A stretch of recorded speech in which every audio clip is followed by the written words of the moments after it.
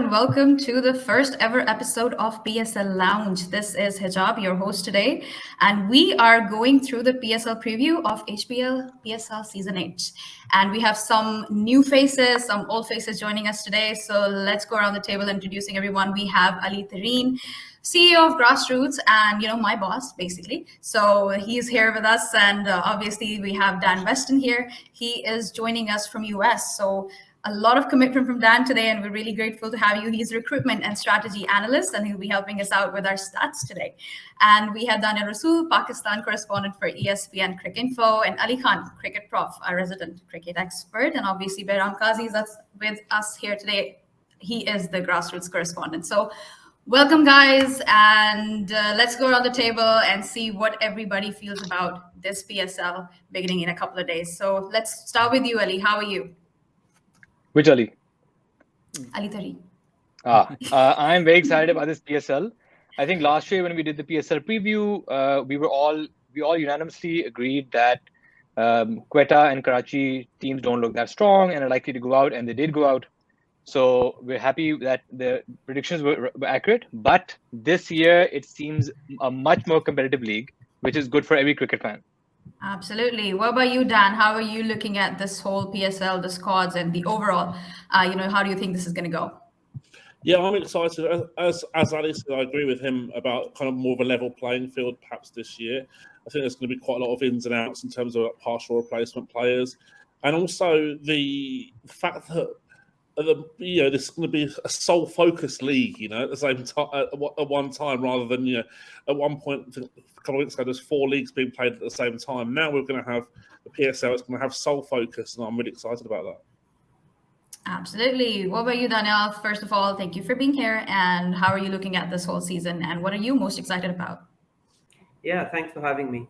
I think the one thing that I've been impressed by is how sophisticated the recruitment has become year on year. I think in the first few years, a few of the teams seem to be winging it, trying to sort of work out what worked in Pakistan and what didn't.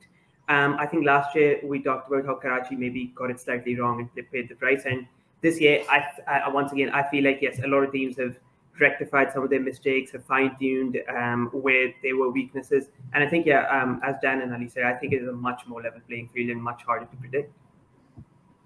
Right, but we're going to try our best to predict anyway. What about you, Ali Khan? Thank you for being here. And how are you looking at this whole season of PSL? Yeah, thank you, Hijab. Thank you for having me. I think it's another interesting season. I actually think that PSL is one of those leagues that historically has been very good on recruitment in terms of competition. I think, as Daniel said, I think the first couple of years, some teams had a much better competitive advantage. They were much more thoughtful about how they went about the process of building their team. But I think a lot of teams have caught up. I think Lahore in particular were kind of a disaster early on, but if you look at their team now, they're quite formidable. And so if you look at the evolution of the growth of the league and the teams, it's quite apparent. And I think there's a lot of interesting and exciting players in the league, and a lot of good players coming up from Pakistan as well. So it's going to be exciting. It's always nice to have the league in Pakistan because I think the energy that you get from the fans in Pakistan it certainly cannot be paralleled by what we get in maybe Dubai or Abu Dhabi. So I think it's going to be fun and exciting.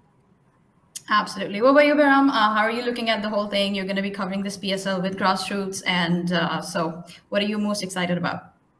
Well, first of all, thanks for having me and giving me the opportunity to cover the PSL for Grassroots Cricket, and I hope to deliver to the best of my abilities. And with respect to PSL 8, now PSL 7 was a massive success given that the entire tournament for the very first time was held entirely in Pakistan.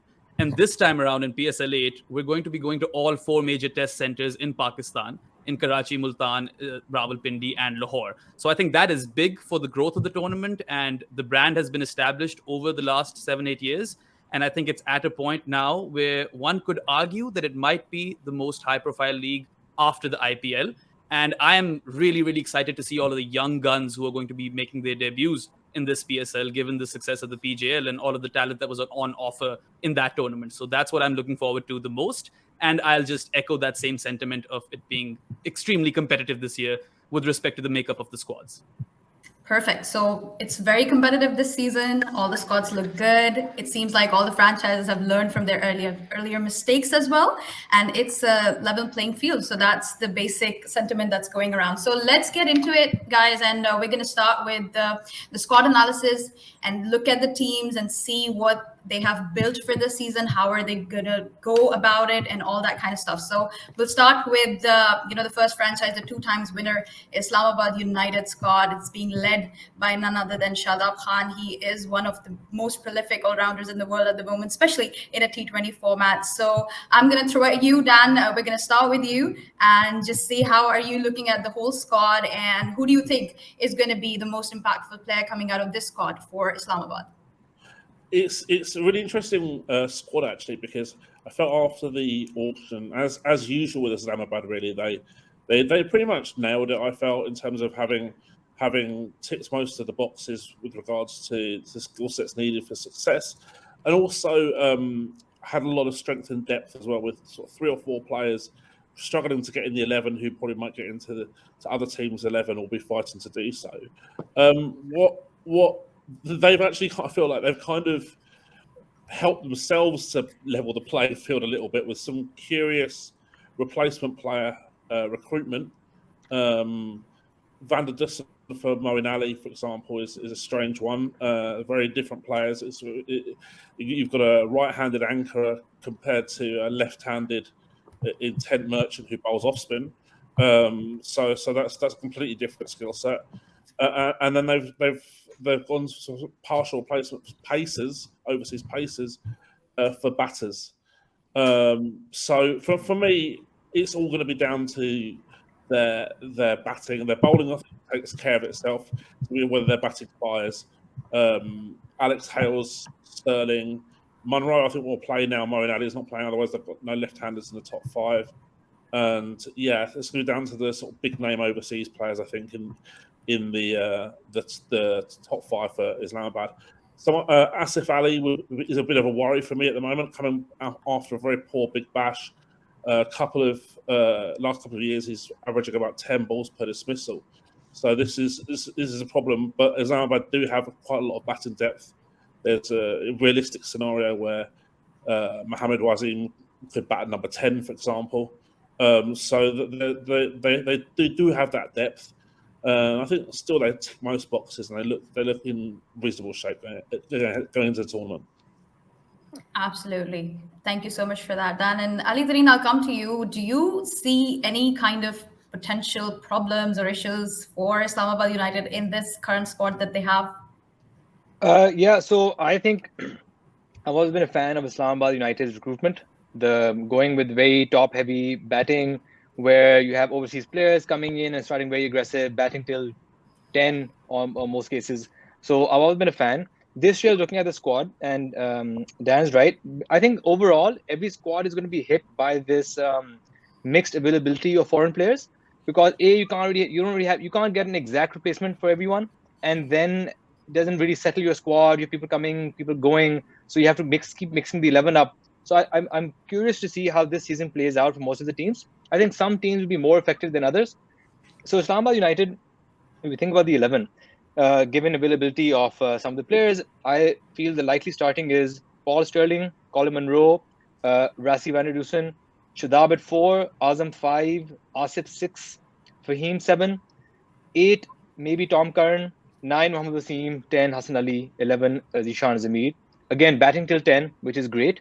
But great point of having, do they have enough left-handers in the top order? Something to think about. Even their domestic player, Hassan Nawaz, who's an amazing, very, very high potential, very, very aggressive opener. He might get some games in the absence of Alex Hales in the beginning. Again, another right-hander. So their batting is strong. My worry is not necessarily with the batting, because they're deep enough and the pitches are likely to be very batting friendly. My concern is with the bowling. Fahim Ashraf, Mohammad Wasim, Hassan Ali, Zishan Zamir, good bowlers. Are they elite enough to win them a tournament? I don't think so. And a couple of years ago, when Islamabad did struggle, I think it was the worst season to date when they finished, I think, 6th. Their issue was, again, with the bowling. They put big scores up, couldn't defend them, because they had good slightly, average, above average bowling, but didn't have the kind of bowling to defend totals. So I think my concern this year is with their bowling. Even Fahim, Mohammad Wasim, Hassan Ali, similar bowlers. Who's their power play specialist? Who's their death specialist? I think that's something that they might struggle in this year. Right, right. So it's the bowling that worries Ali Tareen a bit. Although this year Islamabad did add Tom Curran and Tamal Mills, the likes of them to their squad. So And Gus maybe Atkinson. Gus Atkinson, great absolutely. bowler also. But again, Yep. So good bowlers, are they elite compared to people like Lahore Qalandars? well, that's the big question mark, I guess. So I'll throw that to you, Danyal. Do you mirror Ali Tareen's concerns about Islamabad, and what are you basically most excited about this particular squad this year? I think, yeah, I do mirror some of those concerns. The biggest issue for me isn't necessarily that their bowling isn't elite. It's that the ceiling, the difference between the variance between the ceiling and the floor of their bowlers is just very high. I feel like a lot of their bowlers are quite streaky. So if they are in a good run of form, people like Hassan Ali, Shadab Khan, even Mohammad Wasim, at times, they can be sensational bowlers. But to be able to sustain that over a tournament, I feel like they don't quite have the bowlers that you can always just trust and say, we trust these bowlers to win us a tournament, take us deep in a tournament, do the job for us. And I think that was partially their issue last year when I think they won 4 out of 10 matches initially, because I think they put up some huge totals, but then a lot of the times they couldn't defend them. And what got them through to the playoffs was their firepower. So when they were winning games, they were absolutely blowing teams out of the water. They were winning by 50 runs, 60 runs at times. And I think a couple of the other teams that were on 4 wins and 6 losses, they just didn't have anywhere near the same run rate, the same net run rate. In terms of the batting, yes, I think their firepower again is just absolutely ridiculous. It almost seems like to some extent their strategy is just going to be to try and blow teams out, blow teams away with the bat. The little thing I think is interesting in a running theme across the replacement players is I think often the intention isn't to get a replacement player that mirrors as close to possible the player you've lost, because sometimes a replacement player is just an acknowledgement that there's something you missed out in the original draft and you just want to take care of that. I think one of the glaring examples is when Peshawar Zalmi, they replaced Rothman Pahal with Richard Gleeson, because I personally think their fast bowling might become an issue at some point. So maybe for some franchises, the replacements are just trying to shore up where they think they slightly missed out in the draft. So I think that might be a theme that's seen across all the 6 squads that we analyze. Right, right. So let's throw it to Ali Khan. Ali, what I need from you is to let me know who's the key batter and the key bowler in this Islamabad United squad that you see shining throughout the tournament for them. I know it's a team game, but there are always some individual brilliance that's part of a team that takes them through. So who do you think are the key batsmen and the bowlers in this Islamabad United squad? Yeah, I think Islamabad is, I think as mentioned a little bit earlier, they're quite top heavy. They have a lot of explosive batsmen at the top with obviously Munro and Hales and Sterling. And these are the same guys that performed last year as well. If you look at some of the strike rates that they had last year, 160, 170, 180, they were quite dominant at the top of the innings. And I suspect that it's going to be the same this year. But I think where they really struggled was on the bowling side. They were never able to control a game on that side of the ball. And I think that's where they really struggled. And I'm not sure that they were able to rectify that in the draft. I think Fazal Haq Farooqi is going to be really, really important for them, because if you look at what happened last year, and I don't think that the skills of those players has really changed, is that Mohammad Wasim and Hassan Ali, as good as they are or as good as they can be, they struggle to keep a lid on the runs, and last year they didn't even get wickets. And I suspect those are 2 guys that are going to play, and so Farooqi is going to be really important. Someone like Zishan Zamir is going to be really important. Does Zishan Zamir, step up and take it up a notch, because he's a really talented young fast bowler for Pakistan coming through the system. And I think the other side is I'm not sure about Van der Dussen's complete availability, but they need somebody in the middle order who's going to kind of guide them through chases, because they have so many guys that are aggressive. There are going to be games where you really need to kind of navigate through a chase. And guys that are going all out all the time, as fun as that is maybe not the right way to go about it every single time. And so Van der Dussen kind of having that, I hate the word anchor, but having that guy that can navigate a chase is really important. But I generally think that the lower middle order is not as strong as other teams. If you look at Multan, they have Riley Rousseau, Tim David. Islamabad doesn't seem to have that type of guy. on their team. Although obviously, they have Shadab, who's done really, really well. So yeah, I think that's where they are. I mean, they're a team that has a lot of depth. They bat extremely deep. They have a lot of firepower. A bunch of their guys can go really hard, but I do think that they have a bit of roster replication. So it's going to be interesting to see how they put together that 11. So as much depth as they have, putting together that 11, only 11 guys can play. What that looks like is going to be interesting. Ali, so what do you think the 11 is? What's your starting 11 for the first game, with Hales out, Fazal Farooqi out? Well, I think they're definitely going to go. They're going with. I think Gurbaz is going to be there. So the top three is definitely. He's not there for the first few games. He's not there for the first few. I think it's definitely going to be Monroe, possibly Hassan Nawaz. I mean, I think because of a lot of the kind of replacement, situation, it's kind of hard to kind of know exactly what this looks like. But so I don't have a complete answer for you on that. But I think it's going to be the top heavy guys. Sterling, Colin Murrow is going to be coming up top, and let's see what they come up with. I think it's going to be Shadab at 5 is where they normally play him. Asif Ali at 6. And then down the line, it's going to be something to that extent. Maqsood is an interesting one, right? Because I think Suhaib Maqsood wants to open, but he's not going to be opening in this team if he plays. So that's something that to look out for. There are going to be guys on this team that are going to be playing a bit out of position at times. Sorry, I also wanted to just throw in a question to people I think who are more aware with the skills that Tom Curran brings to the table, for example. I thought one of the issues with Islamabad was that they tend to be quite expensive with the ball. And I don't necessarily think the stats show that Curran is someone who solves those issues. But I think maybe, Dan, you might be able to shed light on the logic behind that and what role he sort of might play in this Islamabad side.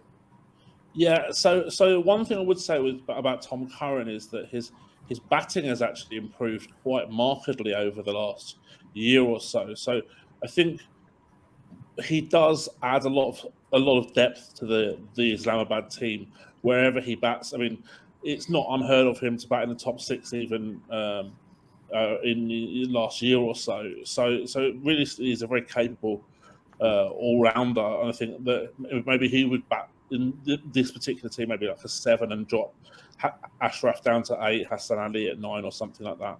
But with his bowling, the biggest problem for him is the boundary concession, and I think that he's become a little bit predictable with the amount of slower balls that he bowls, and the fact that he bowls a slower ball very often in response to being hit for a boundary as well. And so I think for me, he needs to kind of look at his options a little bit more in terms of the bowling choices of individual balls that he makes. I don't think his stock ball is quite as quick as it once was as well. So there's a few challenges for him, I think, with the ball. But in the absence of Farooqi, who I agree with Ali, is someone I'm extremely excited to see in this tournament and beyond. I think that Tom Curran will probably play and have a role as one of their death bowling options as well. So my concern in the bowling, if they have Fahim, Tom Curran, Mohammad Wasim, Hassan Ali, Zishan Zamir, all right armers. So I'm concerned that if they start off with these 5, it's a very predictable bowling attack and very one-dimensional. Wasim has somewhat different release angle, but otherwise very similar. Tom has a lot of variations, which he's been working on a lot this year, as we can see. But I think if Rahman Race is fit and firing, then he'll likely start the tournament the first few games, because they need left armor there. Yeah, so what's like they've got a lot of right-handed batters and a lot of right-arm pacers. Yeah, they have a ton of depth, right? So like they have all these exciting players, but again, you can only pick 11 of them at one time. So I think one of the things that I would be concerned about, and I think Danyal mentioned it, and then Dan did as well about Tom Curran. Tom Curran is a really interesting player that kind of could potentially blend into the team, but if you have someone like a Hassan Ali that's going for runs, as he said, he's very streaky. Tom is very streaky. These guys all have really high economy rates. The best way to control a cricket match is with accurate bowling, bowlers that can control their own skill. And I think they have some guys that are spotty in that area. Right. So let me just throw this out for if any of you want to comment on this. So we have like some exciting new talent coming along in terms of, fast bowling. We have Zishan Zamir. In terms of batting, in terms of, the new batters coming in, we have Hassan Nawaz. We have seen quite a bit of him as well. And obviously we have Mubashir Khan as well, who has had a fantastic domestic season this time. So let me throw it to you first of all, Ali Tareen, like how do you see the involvement of these youngsters and what's the likelihood of them making that playing 11? Yeah, I agree. I think Islamabad has the strongest bench of any PSL team, so which is a huge advantage to have, especially in this kind of tournament where players are coming in and out. So Hassan Nawaz, an opener, super exciting. I'm a big fan of his. Really hope he gets some game time while Alex Hale is out. And Mubashir Khan, huge fan. I think he could be a real X factor in this team, giving them a different kind of bowling option. Obviously, Shadab is going to play every game. You have a wrist spinner. If you're having a left arm off spinner, Mubashir is going to be great. I'm just sad because they have such a huge bench that amazing players like Abrar Ahmed, Zafar Gohar, Mubashir, Suhaib Maqsood are not going to get as many games. So Abrar, we obviously seen his meteoric rise in the past few months. I'm happy he was picked in PSL, but I'm sad that he got picked in Islamabad, which for him probably is the worst team he could get picked for because he is never coming instead of Shadab. And he played what, 2-3 games this year, maybe? Because if they're going with the additional spinner on a pitch, it'll likely be Mubashir or Zafar. So it's a great bench. It's a good problem to have. But as a cricket fan, it's unfortunate to see such good players on the bench. True. What about you, Danyal? How do you see the whole spin department, the spin dilemma that Islamabad has? They've got a huge bench strength right there. So who do you see playing? Obviously, Shadab is going to be there. He's the captain, and he is an exceptional player as well. So who do you see making it into that playing 11? Aiding Shadab in that spin department for Islamabad? I think in general, predicting these 11s is tricky because you don't know, because there's so much variance with the availability of certain players. But yeah, I echo what Ali said. It perhaps, especially in Pakistan, maybe less so in the UAE, it makes limited sense to go with Shadab and then Abrar as well. So depending on maybe surfaces and conditions, Abrar might get a few games, but then it obviously makes more sense to have someone like Zafar and have that sort of variance in there as well.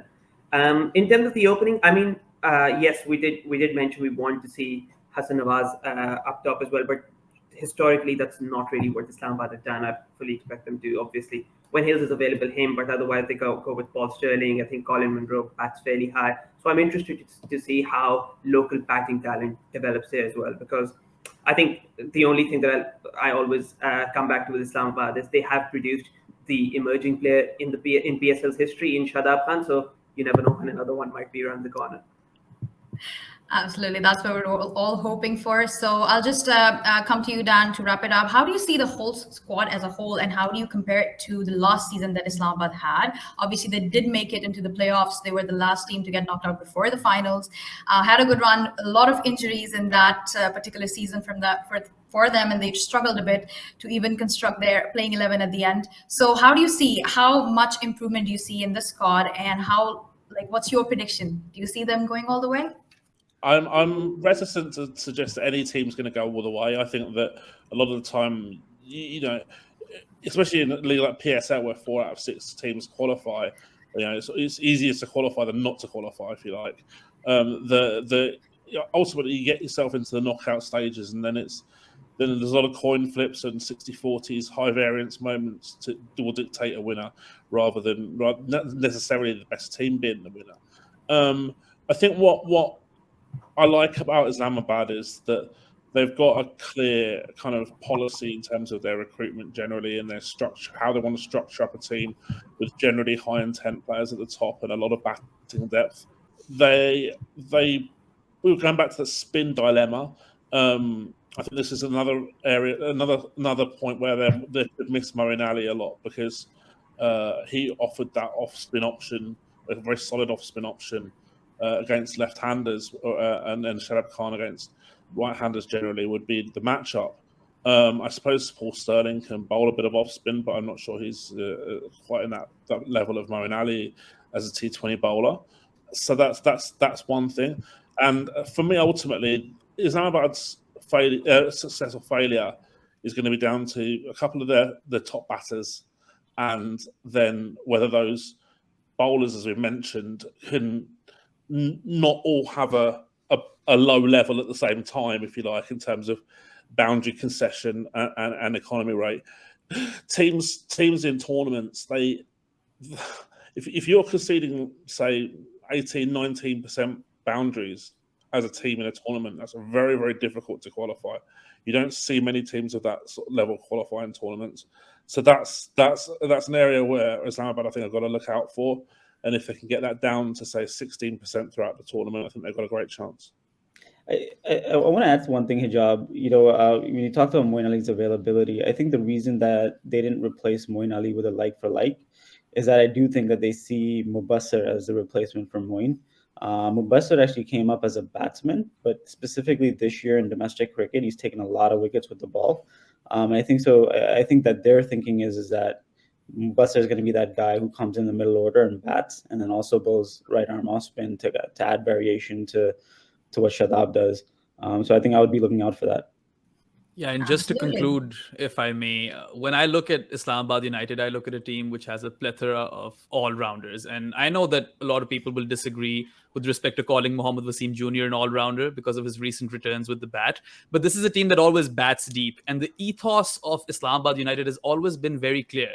They go berserk, they go gung-ho. So I'm not as concerned about the profile of their batters. They're all destructive.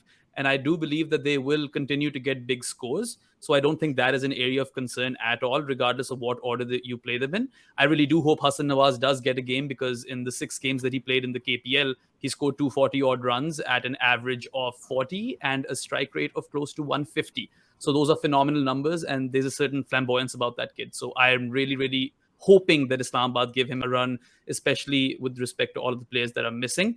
Where they'll struggle, I believe, is what sort of bowling order they'll go with in their first string team, because you've got the likes of Hassan Ali, Mohammad Wasim, Fahim Ashraf, Zishan Zamir, who was brilliant in the 15 odd balls that he bowled in last PSL before he got injured, bowled an absolute ripper to dismiss Babar Azam. So I'm really keen to see how they kind of figure that out, of which bowlers they are going to play versus which bowlers they aren't going to play. I do agree that the floor and the ceiling does have a big gulf with respect to the skill set of those bowlers.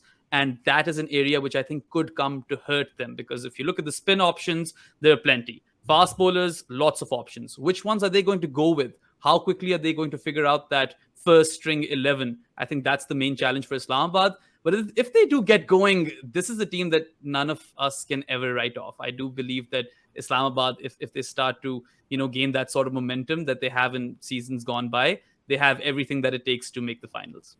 They do, absolutely. And thank you so much for the input from everyone. One last question, just going to go around the table. Ideal position for Shadab Khan to bat, because that is something that's been extensively discussed. And, that's something that impacts the game a lot when it comes to Islamabad. So Ali Tareen, I'll start with you. What do you think is the ideal position for the captain to come out and bat? So I'm expecting him to bat at 4. But they're very flexible with how they use Shadab. But again, depending on the situation, Shadab is such a good batter that he can bat in the top order, in the middle, at the death, against fast bowling and spin. He's a very competent batter, a very good captain. So I'm expecting him around 4, but I know they're going to use him in his best position. Right. What about you, Dan? I'm with Ali, really. I think that entry point covering the early middle overs and batting through the middle overs against spin would probably be his best position, whether that's, say, a 4 or a 5, something like that. I think the temptation with someone who's a genuine all-rounder is for teams just to bat them at 7 as a kind of a default. But I think Shadab is a much better player of spin than the average all-rounder. So batting him higher than that makes a lot of sense. And I think that middle order role makes a lot of sense for him. What about you, Danyal? I think the entry point, I don't think you get too much disagreement on this. I think needs to be pretty much as soon as the power play ends, so around the 7th, 8th over, whenever that particular wicket falls. So I think if they lose 2 in the power play, they might not necessarily send him in. But yeah, around the 7th, 8th over, which tends usually to be number 4. What about you, Ali Khan? Yeah, I always view Shadab as kind of this cheat code. If you have him on your team, there's a lot of different things that you can do. So I think I agree with everybody that number 5 position, that kind of transition from the power play to the kind of the death. I think he's a perfect player for that. And I think he's showing the growth in that area. hopefully, the people that make decisions for Pakistan are watching the PSL this year and figure that out. Absolutely. What about you, Behram? So make no mistake that Shadab Khan is the MVP of this team, and he is the captain as well. And he often shoulders that responsibility to take it upon himself to dig his team out of a hole. So I expect to see Shadab Khan whenever the chips are down. If the team is in trouble, I expect Shadab Khan to elevate himself in the batting order and particularly target spin. Now, we've spoken about entry points and matchups, and both Rehanul Haq and Hassan Chima are no strangers to that concept. So I believe that if spin is on, and even if it might be in the power play, I can see Shadab being brought on earlier or promoting himself up the order. But I wouldn't bat him below 6. Absolutely not. You can't, utilize all that he has to offer. You must definitely make Shadab Khan bat somewhere in the order. And I would not like to see a situation where he just doesn't get to bat all game, because I do think that he is as good a batter as he is a bowler. And I hope that he's able to showcase that ability in this PSL like he did in the previous one. I was going to add one point. Obviously, Shadab is very competent against spin, but he absolutely destroys full bowling when fast bowlers on. If fast bowlers bowl full, Shadab will destroy them. So he's more than just a spin hitter. Absolutely. I mean, you can go back to that spell of Anrik Nokia in the T20 World Cup in Australia. He absolutely decimated Nokia, whether he was full and even a few short deliveries. I remember Shadab using that uppercut over third man to get a 6, I believe. So, yeah, he has the full skill set and impeccable range as a batter. I have in mind when in Southern Punjab, Naseem Shah was bowling to him and Shadab just destroyed him. Because he kept bowling full and Shadab was just on a different level. Right. So he is one of the most improved players recently for Pakistan, and even you can argue like even globally as well. So we're all excited, and that basically wraps up the two-time champions Islamabad United squad. And thank you everyone for the input. We are going to quickly move ahead to the second franchise, and that is going to be the Karachi Kings, the squad we're going to look at. And this franchise had a bit of a nightmare run in the last season. Obviously, they have a new captain this time. Babar Azam is not a part of Karachi Kings anymore. He has moved on to Peshawar Zalmi, which is a huge change for Karachi Kings. It's Ahmad Wasim who once again returns as the skipper for Karachi Kings. And we have a few people who have been part of Karachi Kings for a while now, and a lot of new faces as well when it comes to both local talent and the foreign recruitment. So let's go around. Let's start with this time we're going to go to you, Danyal.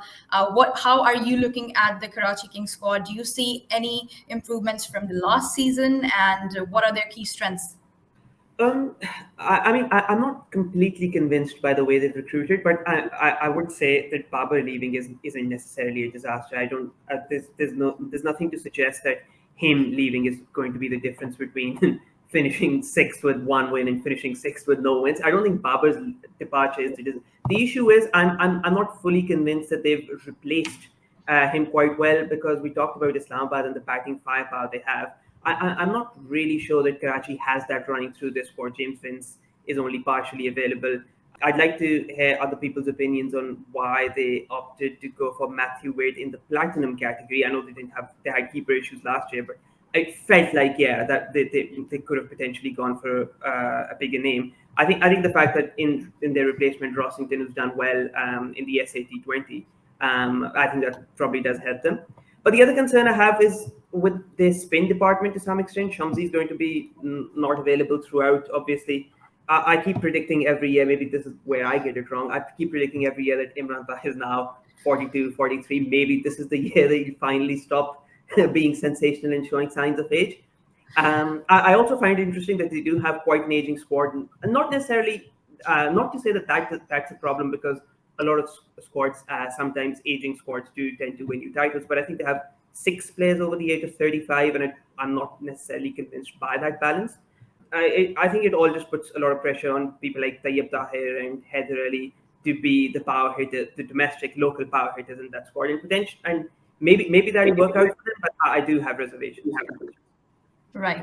We'll go to you, Dan. How do you see the Karachi Kings squad, and especially in terms of the new talent that they have come along this time? With Haider Ali coming in, with Qasim Akram has retained his place in the team. You've got Mir Hamza, Faisal Akram, who's the very exciting to look at, and Musa Khan joining the pace attack. So how do you look at all that, and obviously Matthew Wade, Andrew Ty, and Imran Tahir coming in? Yeah. So first of all, we'll go back to the comment about Matthew Wade, and I think that I was part of a recruitment team that actually picked him as a top pick in the 100 as well. So I kind of got some kind of experience of why you might pick Matthew Wade as a high value pick. Ultimately, he has a very rare skill set in that he can bat anywhere in the top 7 and is a left-hander who keeps wicket. And if you do a filter for players like that in the database, they just don't really exist. So he covers a very, very, very, very attractive variety of roles, and he's just a super useful player to have when you're looking to construct a roster. So I can understand why Karachi Kings did that. What I do have concerns about with Karachi is a number of concerns that I have. One is the age thing, which I think we've already kind of spoken about a little bit. Dan Christian famously said, old guys win stuff, but I'm not sure we're going to be able to attribute that to this Karachi Kings team. I think that not only are they an aging team, but there's evidence that a number of those older players aren't quite at their best anymore. Potentially, if you're looking at what might be an 11, they look like they've got a long tail, and with Imad Wazir maybe at 7, who's not really a hitter, not really a number 7 and death hitter. That could be another issue as well. And I think that ultimately it's their domestic recruitment that's caused a lot of the problems for them. I'm not too worried either about them losing Babar Azam, but I just don't think I look at their domestic group compared to say Islamabad's, and I think I'm not inspired whatsoever. And with the exception of Mohammed Amir, domestically, you're looking at a struggle to find death bowlers for them as well. So they're going to have to look at picking, say, AJ Ty to cover death overs with Mohammed Amir. And Mohammed Amir's death bowling numbers are getting worse as well. So death bowling could be a real concern for Karachi Kings as well. Right. I'll come to you, Ali Tareen. Obviously, we'd want to know what your playing 11 would be when it comes to the Karachi squad. But I also want to know about the local talent that Dan talked about. Like, is it inspiring enough? Is it exciting enough? How are you looking at the domestic players for Karachi this time? So as always, it's a struggle making the 11 for Karachi. This is something even in the draft I was very confused about. I was confused last year. This year I'm more confused. So I think that what earlier mentioned that Matthew Wade being picked as the platinum player. Obviously, he's a great player. No doubt he's a platinum player. The confusion is if you're picking so the platinum player is your best player, right? So ideally, in any T20, Dan will know this, and obviously, I'm sure he does this. You want your best batter to get the most balls. So that's why usually your platinum player plays in the top 3 or maybe 4. If in the lineup that I feel they're likely to play with Sharjeel opening, Vince or his replacement opening with him, then at 3 we have Haider Ali, who's their only local platinum player. 4, obviously, it's most likely Shoaib Malik. Then they'll have Qasim Akram. And then at 6, if you have Matthew Wade, that's a big waste of a platinum player. So if he plays a little higher, then you're expecting Qasim, putting him at number 6 to come and instantly hit. I don't think that's Qasim's best role. So I'm really confused about their batting order. They have good players. They have Tayyib Tahir, who is one of my favorite domestic players. I've been a huge advocate of getting him into the PSL and into the national team. But is he going to get games? I doubt it. He should get games, but in this lineup, where is he coming in? Then you have Amir Amin and Irfan Niazi as the all-rounders, both good. But when are they coming in? Because if you have Qasim at 6, then Imad Wasim at 7, then you have the bowlers. In the bowling, you have James Fuller, who's a left armour, Andrew Ty, right, Amir left, Mir Hamza left. Where's Imran Tahir playing? Is he playing? I don't mind being disrespectful to Karachi fans and the team. I'm sure they have a plan. It's just something I have not been able to figure out myself. It's a very well kept secret, the plan there. Well, hopefully it's not a secret for their management and their fans, and obviously they'll be hoping that they have a much better season this time. So I'll come to you, Ali Khan. What are your thoughts on the whole Karachi squad and obviously the Matthew Wade question as well? Yeah, I think the comments on Matthew Wade are well taken. I disagree a little bit with Dan, where I think Matthew is as dynamic as he can be. Should you be picking a player like that and then batting him at number 6 or number 7? What is the value of that, right? But I think how I view Karachi is that they have a lot of interesting players. None of them seem to kind of make sense together, and I think a lot of that has to do with the structure of the organization. From the top, there's a lot of different people making decisions in that organization. At least that's what it seems from the outside. So this seems like an owner is making decisions, a president's making decisions, the captain's making decisions, the coach is making decisions, and so maybe an analyst is making decisions. And so now what you have is a mishmash of different players that, in isolation, they're pretty interesting, but as a team, they don't really make sense together. And I think my concerns with them last year, I mean, they essentially built a team without a middle order. They had no middle order batsman last year. And then Qasim Akram, who was playing his first PSL, was their best middle order batsman last year, essentially. They've obviously improved that with Tayyib Tahir, who's kind of a middle order batsman who can also bat at the top. Very interesting player. Shoaib Malik, I know there's a lot of conversation on Shoaib Malik, but I think he's still good. He brings some middle order stability for them, which again they didn't have last year. I would be concerned about their lower middle order in terms of their hitting ability. I think Imad is someone who has improved as a hitter over the course of his career, but he's certainly not one of the best hitters around. And then the bowling depth is really weak. Ahmed is not the Ahmed of at his peak, and I think behind him they haven't really solved that issue. If at any point Ahmed Yamin is opening the bowling for Karachi Kings, it's over. This team is really heading in the wrong direction. With all due respect to Amir Yamin, because he's really he's like the definition of a bits and pieces all rounder in my opinion, and that's kind of the kind of team that they've gone ahead and built. I'll be interesting to see how they use Faisal Akram and Irfan Khan Niazi. I think those guys are both really good pickups for them, because I think historically they've had really poor domestic talent. They've really not cared about it, but now they have a couple of guys, specifically locally, Qasim Akram, Faisal Akram, and also Irfan Khan Niazi, who's a really good pick for them. So it'll be interesting to see how things materialize for them. But again, looking at Islamabad, looking at Lahore, looking at Multan, this team looks really weak. It's good to see Haider Ali here. I'm a huge Haider Ali fan. I'm scared how they're going to use him though. And that would be a worry for me. Right. So Dan, I'll just come to you. I have one question, and that is James Fuller. What's his role in the team? Do you see him making that playing 11, and how do you see him contributing towards the squad? I actually am increasingly a fan of James Fuller. What I've noticed since he's moved to Hampshire and working with a different bowling coach, he's put 5 kph on, looks a lot sharper with the ball, and his hitting has always been good.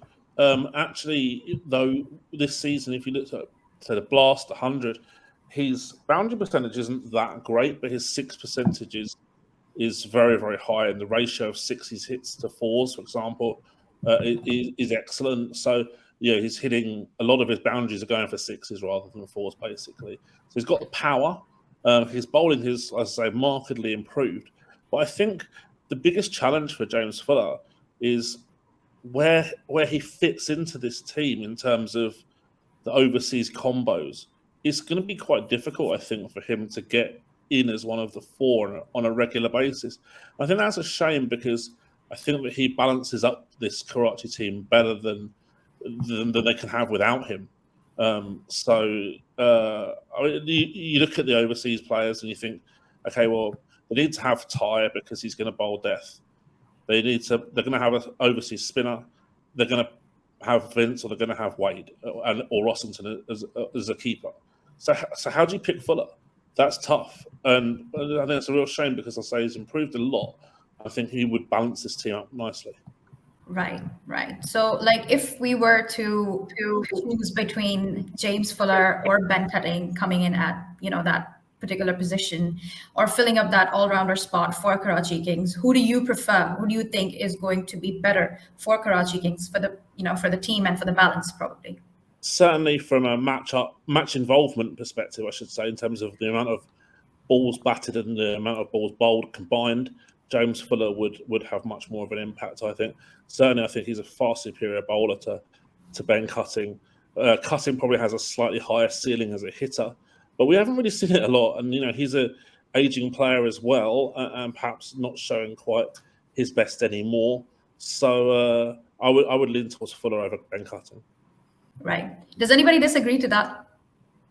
No, I absolutely. I think Fuller they were very keen on, picked very early. I'm pretty sure they're going to find a way to play him, because just the way how much they prioritize him in the draft. And one thing I'm just concerned. So in any T20 lineup, I feel there has to be a good wrist spinner. I don't think you make a really good ideal T20 11 without a wrist spinner. And given that Ahmad Wasim is the captain, he's going to bowl. He's bowling it away from the right-hander, because they have Qasim and Shoaib Malik to bowl it away from the left-hander. I don't think they're going to have too many overs bowled by wrist spinners, which I think is a huge disadvantage for a T20 team. To add to that point, this is one of those teams where you have a few of those wrist spinners. Or, well, Faisal Akram is a Chinaman, and then Imran Tahir is a wrist spinner. But then again, to Ali's point, we don't know exactly how they'll fit into the 11, given that Imad's also playing, and then Qasim and Shoaib Malik will be around. So my concern is that if you have a talent like Faisal Akram, and he's been difficult to pick in domestic tournaments, where exactly is he going to get that breakthrough sort of role, and is he going to play at all?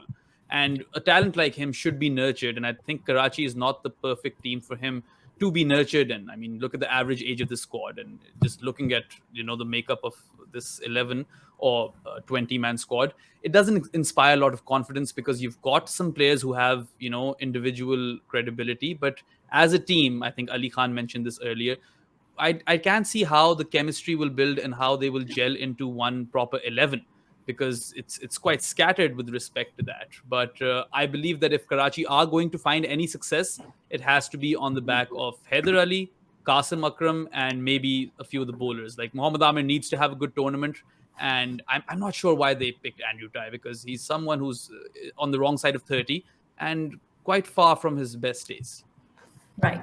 So that basically wraps up Karachi Kings squad for us. So it seems like they're not rated very highly by our panel, but let's see how they fare throughout this tournament. Hopefully they'll have a better tournament than they did last year.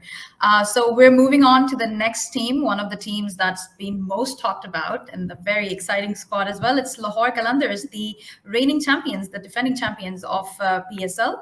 They're being led by none other than Shaheen Shafri, the premium pacer, and they have a very good squad this time, if I talk in my personal opinion, but we're going to have you guys go through them as well. So I'll throw it to you, Ali Khan, if you want to go ahead, give us an overview of Lahore Qalandars. How do you see them? Do you see them defending this title that they got? Yeah, I think this is the best team. If you look at all the rosters, I think there's some really interesting teams. Multan and Islamabad obviously have a lot of firepower, but Lahore, in my opinion, has really grown. They seem to have no holes. In fact, a lot of the things that you need to win T20 games, they have it in abundance. If you look at that bowling lineup, at its peak, Rashid, Shaheen, Haris, I mean that's a dream of any kind of GM, to kind of have that spine in your bowling lineup. That's 12 overs out of 20 that you're just going to dominate most likely, and they have that. Zaman is going to get better. But I think the way that they've gone ahead and kind of structured and built this team over the last 2 to 3 years has been really excellent. I think they have a lot of interesting and good middle order depth with Kamran Ghulam, Hussain Talat, Sikandar Raza. We've seen Sikandar Raza marshal a lot of different chases this past year for Zimbabwe. Done a really good job there. In terms of the younger players, I think Chavez Irfan is a really good player. It's a really good pickup for the future. For them, I'll be interested to see if he gets any games. And then some of the overseas talent, obviously, always spotty with players going in and out. But Sam Billings and Shane Dadwell, I think Dadwell is really interesting because, I scouted Dadwell when I was with Jamaica. It was a long time ago now. Really good power hitter, really goes for it. So he's going to be someone that will be fun to watch in the PSL. Absolutely. So I'll come to this question to you, Ali Tareen. Harry Brook has pulled out of this PSL. He was a major character and he played a very huge part last season for Lahore Qalandars, taking them to that glorious trophy. So who do you see Lahore filling in that position of Harry Brook? Who do you see kind of taking up the mantle from there for Lahore? I think they tried to get Mendes in, but then he wasn't given the NOC. So now they have Johnson Charles, who was with Multan Sultans earlier, so I'm a big fan of. With Lahore, looking at the 11, Abdullah Shafiq, Fakhr Zaman opening, Kamran Ghulam, great domestic player, number 3, Johnson Charles at 4, Hussain Talat, their wild card pick, which I think we'll talk about in more detail later, who's a good middle order player at number 5, Sikandar Raza 6, David Wiese 7, Rashid Khan, Liam Dawson at 8, Shaheen Shah, Haris Rao, Zaman Khan 9, 10, 11. So the 11 looks great, and Ali Khan mentioned earlier that they have no holes, and I completely agree. But they don't have any holes in their 11. But of any team in PSL, they have the weakest bench. So if any one of their key players is not playing, is injured, out of form, I think Lahore might struggle because that will affect them more than any other team. Compare their bench to Islamabad's, huge difference. So probably one of the strongest 11s, but very sensitive. Anything happens to them, I don't think the bench is strong enough to compensate. Right. I'll come to you, Dan, with an overview of if you can give us a bit of insight into the foreign players that are going to be playing for Lahore this year. A few changes in there. How do you see, and who do you see making it into that playing 11? We know that Rashid Khan and David Wiese have been a huge part of Lahore for a few years now, and they've been their most impactful players as well. Is there anybody else that you see that might be making that change for Lahore this time? I think first of all, the key point for me with Lahore is Harry Brook's absence is a big blow because he would have been the X factor in this batting group, I think for sure. Dadswell is obviously someone who Lahore rate highly. He's been part of their development program, even though he's from an overseas country. Really underwhelmed though in the SA T20, where he struck under 107 matches. So there's some work to be done there. With regards to the overseas players, I think obviously, as you say, Wiese and Rashid Khan will probably pick up 2 of the spots. I think Sam Billings will play ahead of Johnson Charles in the middle order. Dan, just a point, Sam is coming for the Lahore leg, so the second half. Okay, yeah. Okay, so they'll have Jordan Cox for the first half, though, right? I'm not sure when he comes. So I think he is available for the first half. Yeah. I would have Billings or Cox ahead of Johnson Charles in the middle order. And for me, in terms of, I know we've spoken about them having no holes. No doubt their bowling group is a thing of dreams. No doubt about that. But I don't see them being a strong batting group at all. I think that their recruitment of Hassan Talat was very overpriced. His last 2 years he's striking at 115. A guy like that wouldn't even get contracted in 100. So that's a problem. And also they've got a massive weakness against spin as a group. And if they do play Johnson Charles at number 4, that's definitely not going to improve either. So I think that there are some weaknesses. The batting group for me is a bit of a problem.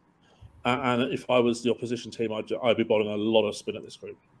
Right. Danyal, do you mirror the same sentiment when it comes to the batting for Lahore? And who do you see among these new players, the debutants, especially the local players, who do you see being the most impactful for Lahore? I think at the time when the draft happened, it seemed like Lahore had recruited reasonably well. I think the fact that they've got so many of their star players either partially missing or completely missing has now become a concern, though, especially when it comes to the batting. So we talked about Harry Brook. I think Kusal Mendes, I think, has issues with his NOC. Ali mentioned that. Cox, I think, is going to be only partially available, not available for more than half the PSL, I think. Sam Billings at his ditto. I think Rashid Khan's availability partially is also a concern. So I think there are those issues where what they thought they had at the time of the draft and what they have now, there's a big variance in that. The other concern, yes, I do have is with the fact that I think their bench is weak. We talked about how their bowling lineup is essentially a fast bowling especially is almost like what you'd pick if you're picking a fantasy 11. But Shaheen and Haris too have only recently returned from injury, so it's just vitally important for them that they keep them fit throughout the tournament because they don't have too much to back up. I've never really rated Dilbar or Ahmed Danyal too highly. I think they've tended to be quite expensive. They've generally been pit part players. Lahore's probably the franchise where it's hardest to stand out as a fast bowler, so maybe I have a bit of sympathy there. But I think, just the fact that they have all these players who might not be available. Dan mentioned, it's a good point, I actually hadn't clocked the issue with the spin, the fact that they might struggle to get spin away. But I think, people like maybe Liam Dawson, Sikandar Raza, David Visa are players who might have their moments and shine big in certain games. But as a squad now, with what they've got missing, whether they can carry that through a tournament is a slight question mark. Right. Ali Dareen, I'll come to you with one more question. Let's talk a little bit about Shaheen Afridi as a captain. Last season, that was his first season where he ever captained a team, and he ended up winning that. So a lot of discussion about his leadership and how he took the team to the glory and all that. So how do you personally see Shaheen Afridi as a captain and as a mentor and as a leader as well? He's fairly young, but he is as dynamic as they come. Shaheen is definitely a very young captain, but he commands huge respect within the dressing room. And generally, I think fast bowlers don't really make great captains. But I think Shaheen is one of the few who is absolutely a great captain, a great leader. Just having that very aggressive mindset and having the game awareness that he has, I think he brings a lot to the table. But mainly, I think the camaraderie in Lahore Qalandars is just amazing. So I think he is the ideal captain for Lahore Qalandars, and I'm sure he's going to have a great season if again the 11 stays fit and their replacements perform at a level that they're hoping. I think they could have a really good season. Right. And let me come to you, Behram, in terms of, let's talk about the inclusion of Sikandar Raza. How much change do you think that's going to make? And obviously, I want to talk a little bit about the batting responsibility on Fakhar Zaman, because in my opinion, I think he is the key when it comes to batting for Lahore. And he has been in the past, and it still seems like that there's a lot of responsibility on him. So what do you think about all that? I think you hit the nail on the head over there. I mean, the absence of both Harry Brook, and I'm surprised that no one mentioned Mohammad Hafiz, player of the final in the last PSL. Yes, he didn't have a great tournament, but, Hafiz 3.0, as I like to call him, was absolutely ballistic with the bat. And if Shoaib Malik is still getting a contract in the PSL, I mean, I would have definitely gone with Mohammad Hafiz or stuck with him. And I think that's a lot of experience that Lahore Qalandars will miss in that batting order, especially when you have to steady the ship. And then Hafiz, time and again has proved to be that person who initially anchors and then just goes berserk with the bat. So I think both Brook and Hafiz have left a giant void in the Lahore Qalandars batting order. And you look at players like Sikandar Raza Butt, who's been phenomenal in the last calendar year across both limited overs formats, and you'd expect him to come and fill in that gap. But it will be his first outing in a Qalandars jersey. So we'll all be keen to see how he fares. I 100% agree with you that a lot of responsibility falls on Fakhar Zaman's shoulders, because we've seen in the past that if Fakhar fails, Lahore have a problem with respect to their batting. And already, I feel like their batting is a bit fragile. Hussain Talat is not a draft pick that I think inspires a lot of confidence. I do like him as a utility player, but do I see him as a core player? Probably not. And I think that's a worry, because if Fakhar doesn't fire, then how many are Lahore going to get? Now, they're also very fortunate in the fact that they've arguably got the best bowling attack in all of franchise cricket, let alone the PSL. And I mean, to have Zaman Khan, Shaheen Afridi, Haris Rauf, and Rashid Khan, that's 16 overs of pure quality. But ultimately, they're going to lose Rashid for a few games. So they really have to win those in which he is available. Because if you replace Rashid with Liam Dawson, that again is a worry. I mean, I really do like the skill set that Liam Dawson brings to the table, especially as an all-rounder, but then he's not Rashid Khan. So these are areas of major concern for Lahore, and I agree that it's very, very top-heavy with respect to the success of Fakhar and Abdullah Shafiq. And I do see a playoff team in Lahore, but whether they can go on and defend that title will largely depend on how well their bowlers perform, I believe. Just one thing I want to add in case of Liam Dawson. So I think obviously no one can play Rashid Khan, but like Karachi, they'll have someone who's spinning it away from the left-hander, and with Sikandar Raza spinning it away from the left hand. So Sikandar away from the left and Liam again away from the right. So that combo for first 2-3 games, I think that's good enough to substitute. And just one thing I want to mention, because I've worked with Hussain Talat in Southern Punjab as well. He is a phenomenally skilled batter, very fit, very, very technically gifted. I think the only thing he's that's holding him back is his mindset. He's not as aggressive as he can be with that skill. So having Shaheen as a captain and maybe having Lahore having wildcarded for him, that should give him the confidence to really reach his true potential. So let's see if he can really step up this year. I'd be extremely interested to see that, because I definitely rate Shaheen as a captain, and Hussain Talat is always that player who you feel has a lot of potential but has never quite, fulfilled it. So I hope that Ali, what you're saying has weight in it, and we get to see Hussain Talat's best in this PSL. I just want to add as well, I would also look out for Ahmed Danyal. So Ahmed Danyal obviously came through Lahore's player development program, but he's had a pretty decent season this year for Central Punjab. So think about a guy who played majority of his games or T20 matches, but now he's playing first-class cricket. He's had a pretty decent season, so I think he's a lot better than he used to be. But I think, as everyone's mentioned, their depth is kind of poor. And I think the replacement for Harry Brook and Johnson Charles, that's a big come down. That's a significant come down. So, I think Harry Brook was solving a lot, knitting together this team. I think his absence is going to be huge for them. Right. And one last point I'm just going to throw out there is regarding Abdullah Shafiq. So Abdullah Shafiq is a name that has shined very, very bright for Pakistan recently, especially in the test format. Now, this is a T20 format, and Abdullah had a pretty decent season last year with Lahore as well. So he's going to be opening this time for Lahore. So how do you see his role in there? Because in the absence of Hafiz and Harry Brook this time, like we mentioned before, does the responsibility to bat longer falls on Abdullah Shafiq now? Dan, will go with you first. I don't think that he necessarily has a responsibility to bat long in this team, because I don't think that they've got a lot of batters with a really high ceiling in terms of boundary hitting strike rate. Maybe Visa would be the difference there. So I certainly wouldn't want to see someone batting through and looking to score, say, 50 or 40 balls. I don't think that's necessarily beneficial. Although you'd rather do that in a bowling strong team than a batting strong team, which obviously Lahore are a bowling strong team. I think that I want to see Abdullah Shafiq play positively, and I want to see him show that aggressive intent that I like from batters, and certainly I think that in the Pakistan domestic pool, there's not many players who do that.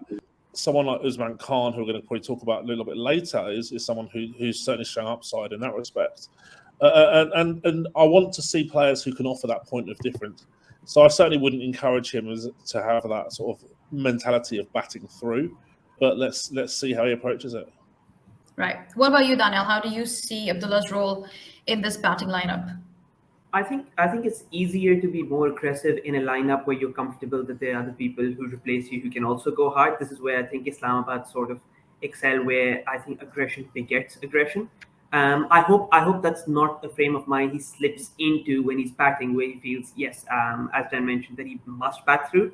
But this Lahore lineup does remind me a bit of that World Cup final against England, where I think Pakistan towards the end perhaps could have realized that they didn't need to necessarily post 155, 160 with the bowling lineup that they had. And in trying to go too hard, I think they scored only 16 runs in the last 4 overs and only sort of just fell short after Shaheen was injured of defending that. So I think perhaps there might be a recognition in this Lahore Qalandars side that going too hard too early isn't necessary in a side that can mount a much more credible defense than perhaps any other PSL side. So I'm interested to see how that plays out, because there is a big gulf in their ability with the bat and their ability with the ball. So there might just be a recognition, maybe we can go 5 to 10 runs below par and get away with it, rather than try and go too hard and essentially post only a total that no one could do. And guys, I want to add, Kamran Ghulam is a super batter. So having him at 3 is a huge plus for Lahore's batting. Ali, do you see like Kamran kind of filling the void, or maybe probably replacing Mohammad Hafiz's role in the team? No, I think they have Sikandar Raza and Hussain Talat. both trying to replace him. But I think Kamran on his own is an excellent batter, and any team would be happy to have him. Ali, do you see Kamran Ghulam as more so a rotator of strike or as an aggressor? Because I've always, been, perplexed with respect to the role that he possesses in this lineup. No, he can accelerate at any degree. He also has centuries at T20, so he can play both roles. He's a very, very underrated batter. I don't think he gets the respect he deserves in Pakistan, but anyone who follows domestic knows he is an elite batter. Noted. Right, so that basically wraps up Lahore Qalandars for us. Obviously, a dream bowling attack, but their batting might struggle as the tournament progresses. So next, we are going to jump to our another franchise, which is Multan Sultans. So I'll just throw it to you, Dan, for giving us a bit of a overview of the foreign players, especially the most. Surprising pick you would say for me was Josh Little. I was very happy with the pick, but that was the moment at the draft and I got, wow, they did that. So Joshua Little, you've got Akil Hussain coming in, obviously Tim David, David Miller, huge names, Kieran Pollard. How do you see the foreign reserve of Multan Sultans? Well, I think that it's obviously a strong group of overseas players. I think they've got to bring in a couple of replacement players, if I'm right in saying that. So the question is, how do you structure those players as a combination? So if you mentioned Josh Little, he's someone who's hugely improved over the last 12 to 18 months. When he was started to get a lot of hype a couple of years back, and I wasn't quite sure initially, but he certainly proved me wrong. And I think this is a really great example. This recruitment of Josh Little is a really great example of how PSL teams have started to become a little bit smarter in their recruitment. I'm a fan of Josh Little right now. Left armour, and he looks like he likes the battle. It looks to me, it looks like he doesn't have fear, and I think that he should get in this team, certainly on ability, but the question is the combos, where you fit them in, because you have Tim David or Kieran Pollard, you have Miller, you're going to have Rasool, you might need Akil Hussain as well. I think so you can only pick 4 of them, and I think that's the biggest problem. So there was a moment during the draft where Multan Sultans went ahead and picked up Naseem Shah as their fast bowler. And then obviously there was a rebuttal from Quetta. They used their right to match and they pulled Naseem back to their squad. So Dana, how do you see the whole pace attack for Multan Sultans in this season? Do you think they have sufficient pace? Do you think they have what it takes to be a very good bowling unit? I think the fact that they wanted Naseem Shah that badly and couldn't get him probably bodes well for Josh Little, in the sense that might mean they have a bigger role planned for him, because they really need that fast bowler, express pace bowler in their side. I like Dan said, I've been very impressed with Josh Little too. I was at the World Cup and I think I just heard from a lot of the Irish journalists that he's going to really kick on now, and he didn't disappoint. I was a bit surprised he didn't get more game time at the SAT20. I wasn't fully across there. I'm not sure whether. I think he only played 1 game. I watched that. I mean, I think initially, he looked good there too. But I think he'll have a reasonably big role. The one little concern that I have for Multan, I wonder if others share that, is I think they have a lot of people at the moment who are generally good but out of form at the moment. Tim David, I think, has struggled in the BBL. Mohammad Rizwan, potentially, I'm interested to see how he comes along after the way it's gone with the national side. Shan Masood, too, before the World Cup, had a shocker of a series against England. Even Rousseau didn't really have a great SAT20. So that's the one thing I'm concerned about. I think there's a lot of players there that are very impressive, but a lot of players who happen to be out of form at this moment. And I wonder how significant that might be. Right. So Ali Tareen is back. Ali, can you hear us? Yes, for my fellow Pakistanis, I'm sorry, the load shedding. I'm sure you can understand. Well, yes, we can. So we'll just have you walk us through the whole Multan squad again. Ali, give us your playing 11. Yeah. Apologies. So I was mentioning that I feel Multan is a very balanced squad. So Rizwan and Shan up top, very stable openers. Both have shown in the last year that they can accelerate as well. So not just 2 anchors. And then Riley at 3, Pollard at 4, who I think is one of the best replacement picks of any team. David Miller at 5, Khustil at 6. 7, we have Anwar Ali, Ahmad Butt, 2 very good domestic all-rounders. Number 8, Josh Little, who Danyal mentioned is going to be very, very important for us this year. Number 9, Osama Mir, one of the most informed leg spinners, wrist spinners in the Pakistan season that just passed. At 10, you have Dahani, everyone's favorite. And at 11, I have Ihsanullah. So anyone who doesn't watch domestic, I can tell you, Ihsanullah is an absolutely exceptional bowler. So of all the bowlers we have at our disposal this year, I think Ihsanullah is just a cut above. He is in such good form. He's the highest wicket taker in the Pakistan Cup that just recently finished, and he is bowling with so much pace, so much control. If he gets a proper run, he is going to impress everyone, leave some jaws dropped. So a very, very big hope for Ihsanullah this season. Absolutely. We're all excited to see Ihsanullah this season as well. And Ali Khan, I'll come to you with the let's talk a little bit about the all-rounders that Multan Sultans have, and how do you see them being, played according to, let's see how the whole tournament progresses. So basically, they have Khustil Shah, who was the all-rounder of the tournament last season. They have Arafat Minhas, who is a local boy, and he was the all-rounder of the tournament in Pakistan Junior League. So they have and captain of the best 11 in the PGL. Exactly. He wasn't the captain of the franchise, but he was nominated as a captain of the whole Pakistan Junior League, which was a huge thing. He was exceptional throughout. And this is the first time he's ever been picked as well. They have Karen Pollard, and they also have Anwar Ali, who we all know is, someone who has played PSL for a very long time and has been very impactful. So how do you see the all-rounders being shuffled throughout the tournament? Yeah, I think they have a lot of guys that you would theoretically consider to be all-rounders. How they operate, I think, is a different story. How dynamic they are in any given skill. For example, Anwar Ali he bowls, but is he a dynamic bowler? I don't think he is. Same with Karen Pollard. Karen Pollard cost me a game when I was in St. Lucia. Gave up 30 runs in 1 over to Darren Bravo. So that still haunts me to the day. Ahmad Butt, I think that Ahmad Butt's a great addition. Ahmad has improved immensely playing for Balochistan in domestic cricket. So they definitely have all-rounders. Arafat Minhas is a great shout. I think they have some redundancies in the batting lineup, guys that kind of play with the same cadence. Tim David Miller, Karen Pollard.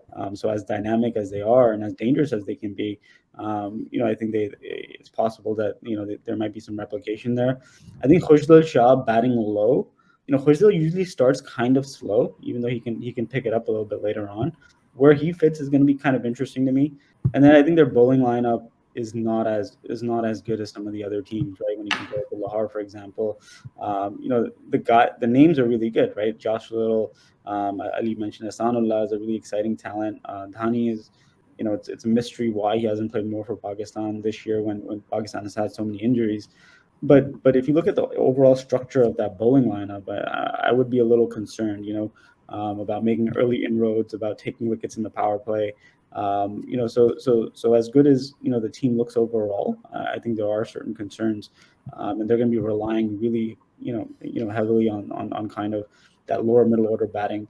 And then I think it was talked about a little earlier about Rizwan and Shan Masood kind of becoming a little bit better in terms of their intent, but I think the bar is really low because I think they're still instinctively very much kind of in that anchor mode in terms of kind of protecting their wicket, and with this team they should be a little bit more expansive in their stroke play. And so I'll be interested to see what Shan does, right? Because we saw Shan in the test match just kind of go really gung-ho with his approach. Was that some kind of weird defense mechanism, or is that kind of the new version of Shan?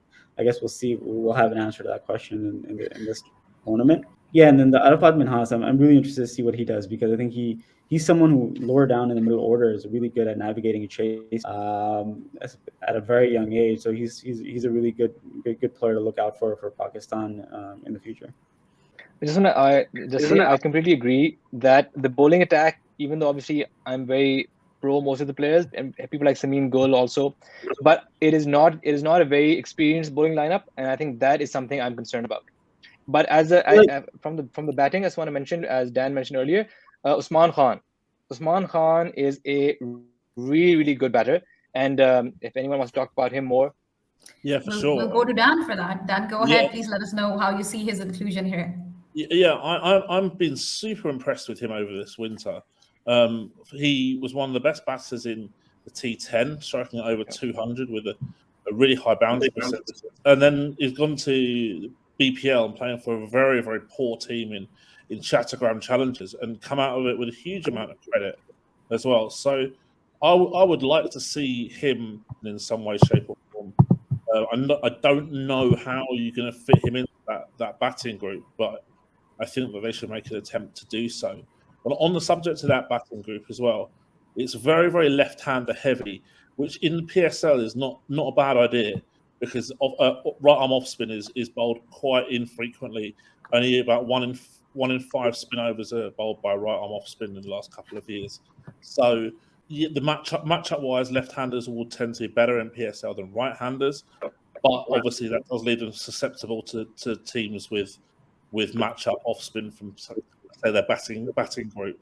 The other concern for me really with this Multan side is the death bowling. I think Josh Little really is the only proven death bowler out of the whole group. Dahani's economy at the death and boundary concession at the death has been really, really quite poor in recent years, or it's broken through. So, and Josh Little's still a young player himself. So, for me, you compare that bowling group to Lahore Qalandars, and everyone's going to compare poorly to Lahore Qalandars bowling group. But I think that's a particular concern here. Right. So let's just go ahead and round it up. Behram, what are your thoughts about this whole squad? And obviously, let's talk a little bit about the firepower as well. You've got David Miller, Riley Russo, Tim David, Kieran Pollard. So a lot of firepower in the Multan squad.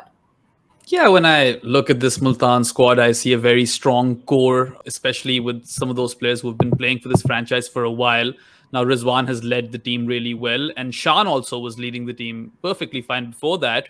And that leadership sort of role is still there for Shan Masood, and I think he revels in it. So those two guys, along with Khushdil and Shahnawaz Dahani, I think they form a really, really strong core.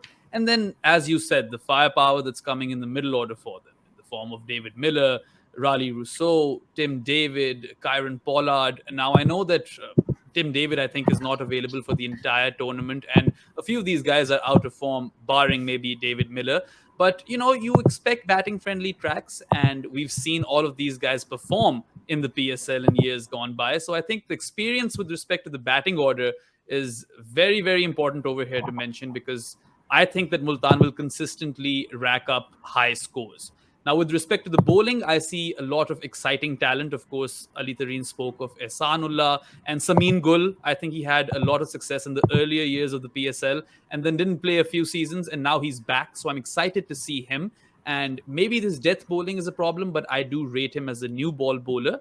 So they have that. And Usama Mir, I think, is a step up from Usman Qadir, who I believe they had in years gone by. And Usama Mir has been prolific in the domestic circuit this season. And he got a fair bit of success versus New Zealand as well in the ODIs. So I think that he is a very good signing. And Josh Little as well. I still remember that delivery that he bowled to Ben Stokes in Australia and cleaned him up. And that was just, out of a dream. So I think that they've got a lot of exciting talent with the ball, but maybe not as experienced as Ali Tareen also mentioned earlier. So that could be an Achilles heel. But overall, I see a very balanced squad. It's the most successful side from last season. Of course, they lost the final to the Lahore Qalandars, but I believe they won 9 out of their 10 league games, which was a record. So I think that Multan is very well poised to make the playoffs again. I would not be surprised if they play the final again. But there are a few chinks in their armor, particularly in that bowling attack. And I think that could potentially come to haunt them. I also just want to mention, we haven't mentioned some of the players on the bench who hopefully will get some games. Akil Hussain, Wayne Parnell. So if there's issues with our bowling, we have experienced overseas players who can come in. Ali, do you know if Parnell is fit? He missed the last couple of games of the South African. I'm unsure. And Akil Hussain too. I mean, I think his availability is a concern, but he could be a handful with both bat and ball. I've seen Akil Hussain strike the ball a mile, and he's an extremely exciting talent. And I thought he was West Indies' best player in the T20 World Cup that happened in the UAE a couple of years back. So I rate him very highly. Right. So Multan Sultans is a pretty balanced team going forward. Yes, they do have a bit of concern when it comes to the informed players, and obviously a bit of experience as well. But let's see how they cover it up as the tournament goes on. So wrapping it up here for Multan Sultans, we have another franchise ready to be analyzed, and that is going to be Peshawar Zalmi. So a lot to unpack here, guys. Obviously, Zalmi has a huge change in terms of their leadership. Babar Azam comes in, cricketer of the year, most talked about cricketer this year, and probably the last couple of years. He comes in and he takes over the reins from the previous captain, which was Behram Qazi. So now let's talk about Peshawar Zalmi. The analysis going around and the talk among the fans and everybody is that Zalmi is not very heavy on their bowling, and they might struggle with their bowling resources that they have. So that's where we're going to start this from. Danyal, if you can go ahead and unpack that for us a bit. Yeah, I think I mentioned right up top where sometimes the way they choose their replacements is almost an admission of how they think the draft went. And I think when they replaced Rahman Powell with Richard Gleeson, that was an issue. I think the big concern mainly is the fast bowling specifically, because other than Wahab Riaz, who's 37, potentially there isn't necessarily that sort of star power. I'm not sure how they'll make up their death overs. Even talking about Wahab Riaz, this is someone who not long ago just got hit for 6 sixes. So let's see how that works out. But I think in general we'll talk about the numbers a lot. One of the things that I'm looking forward to a lot this PSL is the drama during that Peshawar-Karachi clash on the 14th of February, because we've had Imad Hussain take a not so subtle take at Babar Azam. I'd love to see if Babar's opening the batting, whether Imad opens the bowling. I'd like to see how that pans out. That's got nothing to do with the numbers and everything to do with the drama that the PSL will probably provide. But yeah, on a serious note, yes, their bowling is an issue, but I do think that once again, it's one of those sides where I quite like the way their batting lineup shapes up. I'm really excited to see how both Saim Ayub and Hasibullah do, because I think Saim didn't really have the best time with Quetta a couple of years ago when he initially came. He was 18. I think the stage came a bit too soon for him. I hope that's not the case with Hasibullah, who's the same age that he was then now, that Saim was then now. Those are the two that I'm looking forward to in this lineup. The bowling might be a concern, but then Peshawar is the one side I think that's never been eliminated before the playoffs. I know 4 out of 6 qualify, but that's still quite an achievement. They always seem to somehow find a way to make sure that they're around the back end, and then it's just 3 or 4 matches, so you just have to catch fire at the right time. Daniel, what's the 11 you have in your mind? I'll have to look at it. I'm looking at it right now. I'm not too sure, because once again, like I said, with the availability of certain players, I'm not too sure. I guess I could just give you the foreign players. I think when Mujib is available, I think he'll play. I probably would have Rajapaksa in there, Powell, and potentially Rutherford. So those are the 4 I think that play out of those. I think occasionally Jimmy Neesham will come in when availability is an issue. But yeah, I mean, I'm not necessarily sure what the final 11 might be, because once again, I'm just very unsure about that bowling lineup. Right. So I'll throw it to you, Dan. A little bit of an overview about the new picks, the people who are coming into PSL for the very first time, and obviously unpack the pick that surprised me the most in a good way was Rajapaksa. Really, really looking forward to him playing the PSL. He's been a very exciting player for Sri Lanka. Played exceptionally well against us in the Asia Cup final. So obviously there's a bit of a scar as well from him. But how do you see the foreign players, the overseas players playing for Zalmi this time? Yeah, so we actually picked up Bhuvneshwar Rajapaksa when I was at Punjab Kings in the IPL auction in February last year, and very very cheap price, and I like him in terms of just the fact that he's the left hand that you don't necessarily need to pay a left hand tax for, and ultra aggressive obviously as well. The combinations of overseas players again in this team is going to be fascinating. Because do you risk saying Usman Khadir as a spinner, or do you go with the combo of either Mujib or Peter Hatzoglu, who I think is a much better player than a lot of people think actually? The playing for Perth maybe doesn't suit him as much as if he was to play for some other big bash franchises. The thing I think with Peshawar is that I look at them and I think this is one of the teams that's got a very big gap between peak and their lowest level. and really this team could be anything. I'm excited to see some of the domestic players as well. Saim Ayub, who I've spoken a lot about with Paul Nixon, who was his coach at Sindh, who I know really well from England, and he was super positive about him as a big talent for the future. And also Amir Jamal, who kind of has this strange achievement of making his international debut before his PSL debut. So there's an interesting one as well. I think ultimately, I struggle to see how this team's going to bowl a lot of spin and bowl a lot of high quality spin more than, ultimately successful teams generally do bowl quite a lot of spin, and I don't see how this is team's going to do it. And also the emerging players maybe not quite at the same level as some of the other players, other teams' players as well. But they've got a lot of, with the overseas players, they've got a lot of players who have high peaks. Robin Powell, Rajapaksa, Kola Cadmore, Shafane Rutherford, Jimmy Neesham all have big peaks as hitters, but they've also got the capability of having a poor run of form. We're seeing that with Rajapaksa right now. Last sort of 10, 15 innings, he's really struggled in various leagues. Lanka Premier League, he was poor, and in some of the international matches recently as well. So he probably comes into this with a little bit of low confidence. But yeah, overall, like I say, it's a team that I think could be very, very swingy, if that makes sense. What does everyone think Babar Azam's role will be in this side? Does he open because he's the captain and he wants to open? Is that going to hold them back a bit? I think with respect to Babar, you've got a host of players in there in Bhanuka Rajapaksa, Rovman Powell, Mohammad Haris, who I think will be the key to Peshawar's success, and then also Saim Ayub, who's fairly aggressive or has shown intent in the year gone by. I think all of these players will play around Babar Azam, and he'll probably look to bat out those 20 overs at a decent click, and everyone around him will probably act as aggressors. So I'll come to you, Ali Tareen, and I'd like to know what your playing 11 is for Zalmi, and then obviously inclusion of Haris Sohail and Babar Azam into the T20 squad of Peshawar Zalmi. How do you see that? And obviously a little bit about Mohammad Haris as well, who is probably the player that I am most excited to see throughout this whole tournament, throughout all the franchises. Yeah, Haris is a great player, so really hoping to see a good tournament from him. So with my 11, that I made with Zalmi, Babar Azam, Mohammad Haris to open, Saim Ayub, who again I completely agree, Dan, is a great potential talent for the future at number 3, Rajapaksa at 4, Rutherford, Robin Powell 5 and 6, 7 right now I've gone with Jimmy Neesham.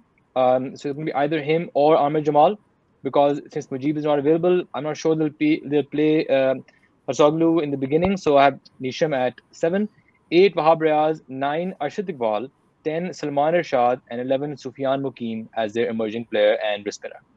So they have really good players, as the foreign players are great, all in the middle order. I just worry that none of these guys have Pakistan experience. So compared to some of the other foreign players who have been in PSL for a few years, have demonstrated a record, I think all of these guys, the fact that all of them don't have Pakistan experience, that's something to be a little concerned about. Again, I agree, they're not bowling much spin, which might be an issue.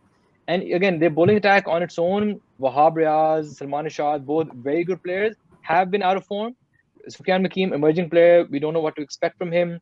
Jimmy Neesham, Amir Jamal, both 4-over bowlers, I'm not sure, and especially recently. So I really feel that their middle order and their bowling might let them down. If the bowling is clicking, great, but it is definitely a concern for me.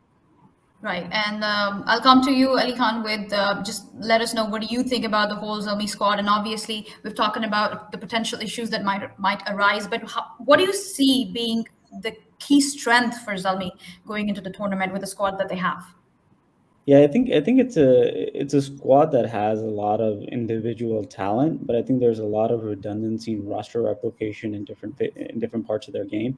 They seem to have 4 or 5 different guys that they prefer to be openers. Saim Ayub, Babar is 100% going to open.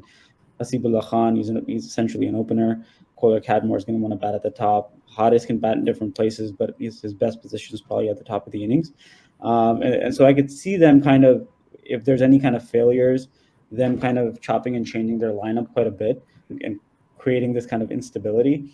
The addition of Saim Ayub, I think, is really the one that excites me the most, because I think Saim is probably part of that core of superstar batsmen that is coming from Pakistan, which is something that's rare. Saim, Babar, Abdullah Shafiq, Haider Ali, and Saim is definitely different, right? He's really special, and so watching him open with Babar is going to be quite interesting if in fact that happens.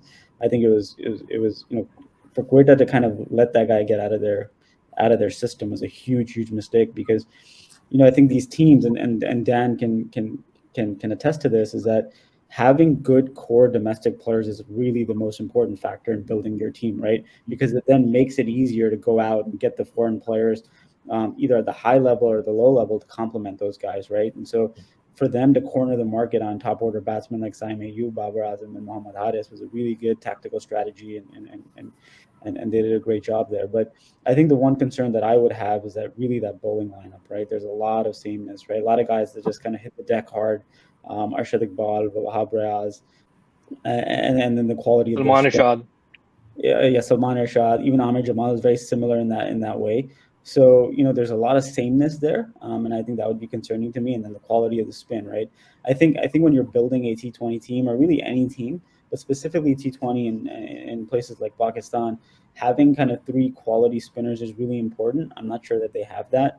And if they do, I'm not sure if they can fit that in the same team at the same time. So I think that would be my biggest concern with Peshawar. And then let's see how they go, right? I think Dan said it really well. I think they can go out, they can go in any direction in terms of their performance, and so it'll be interesting to see. And I think it's a real test of Babar's captaincy. I think the narrative around Peshawar is really about Babar, right? What happened last year in Karachi, as Danyal mentioned. Was it Babar? Was it someone else? Was it a combination of the two? I think we'll know. We'll know. When based on the outcome of the season, where Babar is as a captain and as a leader, for Pakistan as well. I just want to mention one point. I think this team, even though a lot of people are missing their main wrist spinner like Mujib right now, Rashid, I think Peshawar is not in a good place to do without him, because they don't have the obvious left armor and right armor. So I think they'll miss Mujib a lot. And I just want to ask, Dan, could you tell us more about Richard Gleeson? Sure. So Richard Gleeson's a 90-mile-an-hour pacer from Lancashire in England. He broke through very late. So even though he's in his mid-30s now, age-wise, he was a late starter, didn't really play professional cricket, I think until he was about 27 years of age. So maybe a few less miles on the tank, if you like, than most bowlers of his age, where bowlers tend to drop off a little bit going towards their mid-30s. He might have a bit more longevity, although he has had a lot of injury problems as well. I know he's very, very highly rated in domestic cricket, certainly among the players. All rival players rave about him. He's got a bit of a strike bowler dynamic, I think, in some respects, because he can take wickets, but he can also leak runs as well. And he'll bowl difficult phases, but with perhaps questionable boundary concession. He does go for sort of 10s and over quite a lot of the time. Right. So just going to throw it to you, Behram. Give us an overview of the Zalmi squad, and obviously that famous rivalry that's on its way. We can all see it coming, don't we? So let's talk a little bit about that as well. Oh, yes. I mean, Danyal alluded to that earlier. The subplots at play in that first game in Karachi, the Zalmi versus Karachi Kings game, I think they really add to the drama of this tournament. And I would also love to see Babar face Imad in the opening over of the game. And I think a lot is riding on that game with respect to what sort of start both of these teams have. Peshawar is a really tough one. It's extremely difficult to predict based on that squad how they will fare, because you've got talented cricketers. Of course, I am relishing at the sight of a top 3 of Babar Azam, Mohammad Haris and Saim Ayub, followed by a few heavy hitters. Raja Paksha can hit the ball a long way, and Rovman Powell, when he hits the ball, it stays hit as well.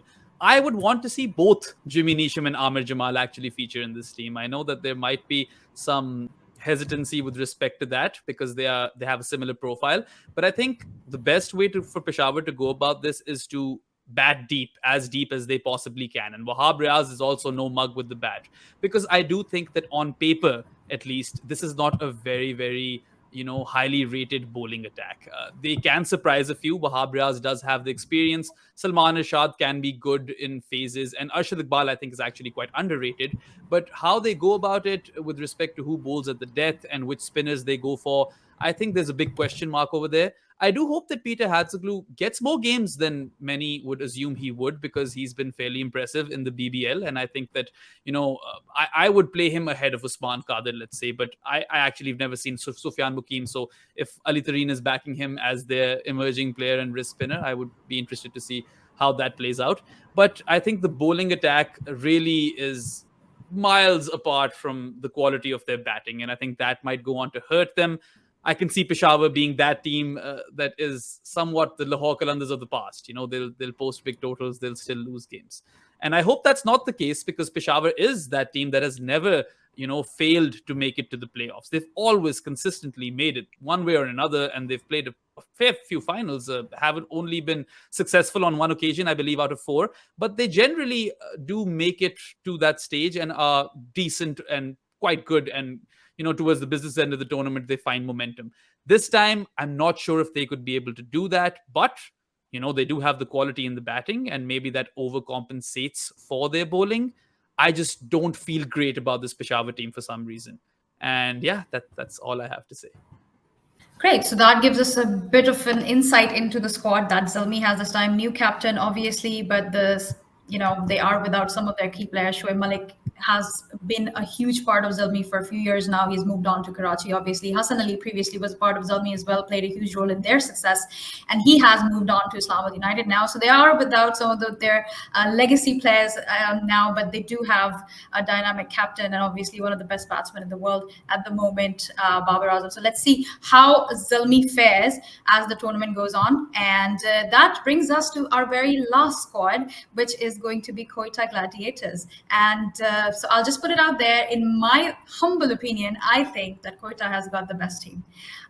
Overall, when it comes to the pickings and everything, no bias, obviously, but I do believe that they have the best team in terms of resources and in terms of the talent that they possess. So let's see if Ali Tareen agrees with me or not.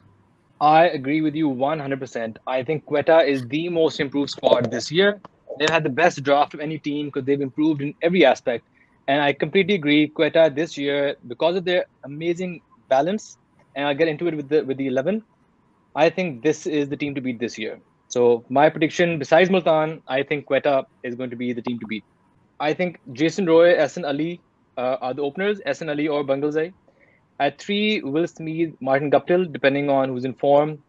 Safraz Ahmed, I feel, will bat at number 4, somewhat similar to the Shadab role where he'll be flexible, but I think 4 is where he'll bat. 5, we have Iftimania. 6, Mohammad Nawaz. 7, Hasaranga. At 8, I have Odin Smith or Naveen when he's available. At 9, Mohammad Hasnain. 10, Naseem Shah. And 11, Emil Khan, who is their emerging player. Just looking at the lineup, they have elite batting with Jason Roy, Will Smith, Martin Guptill. They have one of the best all-rounders in the world, Hasaranga. Odin Smith is a very, very underrated player. We haven't seen much of him in Pakistan, but he is an elite player. And then obviously Naseem Shah, Hasnain, amazing.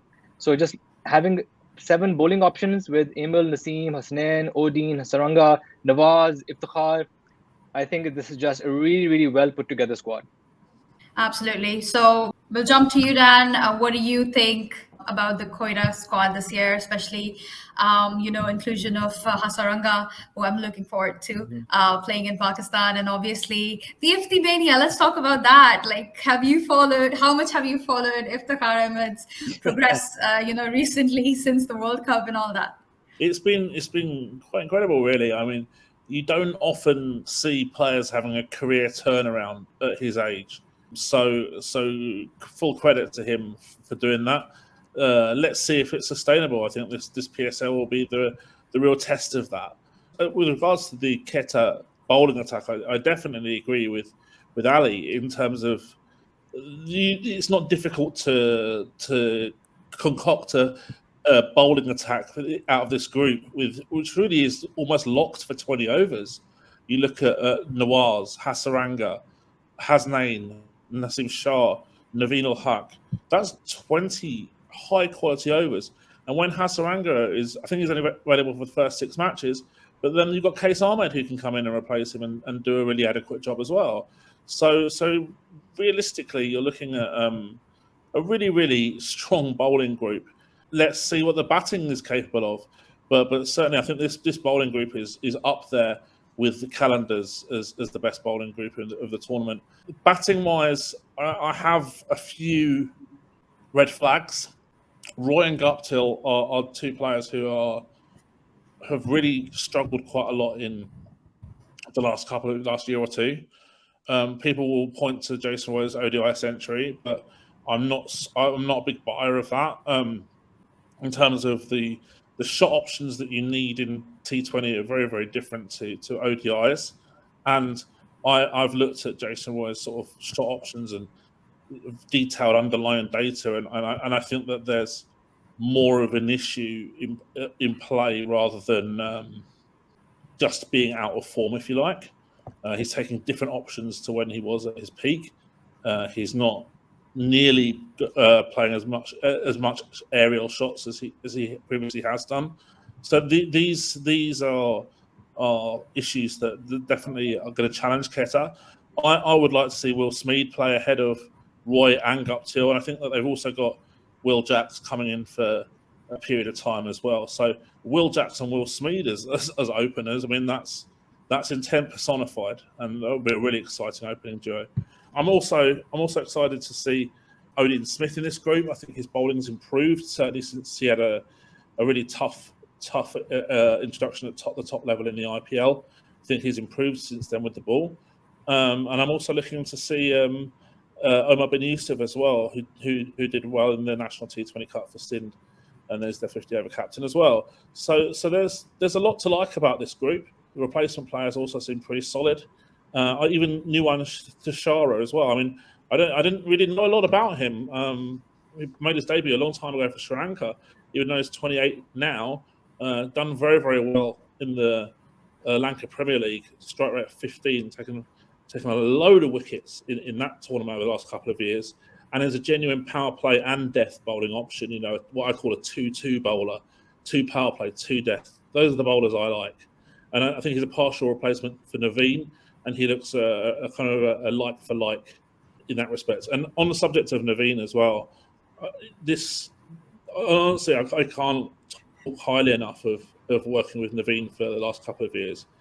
In English cricket, a lot of people thought that he would struggle with his second season in English cricket, and people would work him out because they thought he was very predictable with his slow balls. What they didn't bank on was the fact that he'd actually put on at least 5 kph from the first year to second year. So the difference between his stop ball and his slower ball was markedly different, and he got a lot more wickets in year 2 from what I call earned wickets, like LBWs caught behind nick-offs or whatever it might be and bowled, rather than getting wickets by people trying to take him on, catching him on a boundary. He's an extremely intelligent cricketer. He's got a photographic memory for all the batters that he's bowled against, field settings, you name it.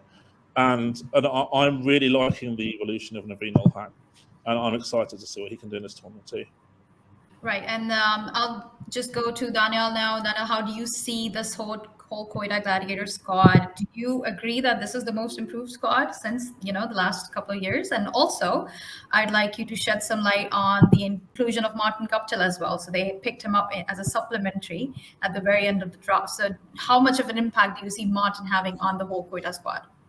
I've been burned before by being impressed by Quetta. I remember a couple of years ago, I think I picked them to, back when I thought it was a good idea to do predictions, I picked them to win the tournament. They had Naseem Shah, Hasnain, Dale Steyn, and then Chris Gale, Faf du Plessis, Tom Barrington, Azam Khan in the batting. I thought they just had a phenomenal squad at the time. But I think that was more star power than assessing how they matched up against some of the other teams. Once again, I'm struggling to pick holes in this side. In fact, to the point that I feel like some of their high value players, I don't necessarily know whether Odin Smith will get many games after all, given the bowling talent that they have. They'll probably use most of their overseas slots, I think, with people like Jason Roy, Will Smeed, Will Jacks when he's available. I mean, even though when Smith isn't available, I think they've picked Twin Pretorius, who also might play a role at times. I doubt he'll get too many games because of the depth that they have. I think if Martin Guptill was in Karachi, maybe I'd back him to get more games, because I think sometimes I feel like they might struggle for firepower. Whereas Guptill, even when out of form, some people might just take a chance on him because they know what he's done and the pedigree he's built up over the years. But in a side like this, I think he's good to have in terms of the extra depth that he gives you. But I think when you have a side where you have Bunglesay and Jason Roy and Will Smead and Will Jacks, I don't necessarily think he'll have a huge role.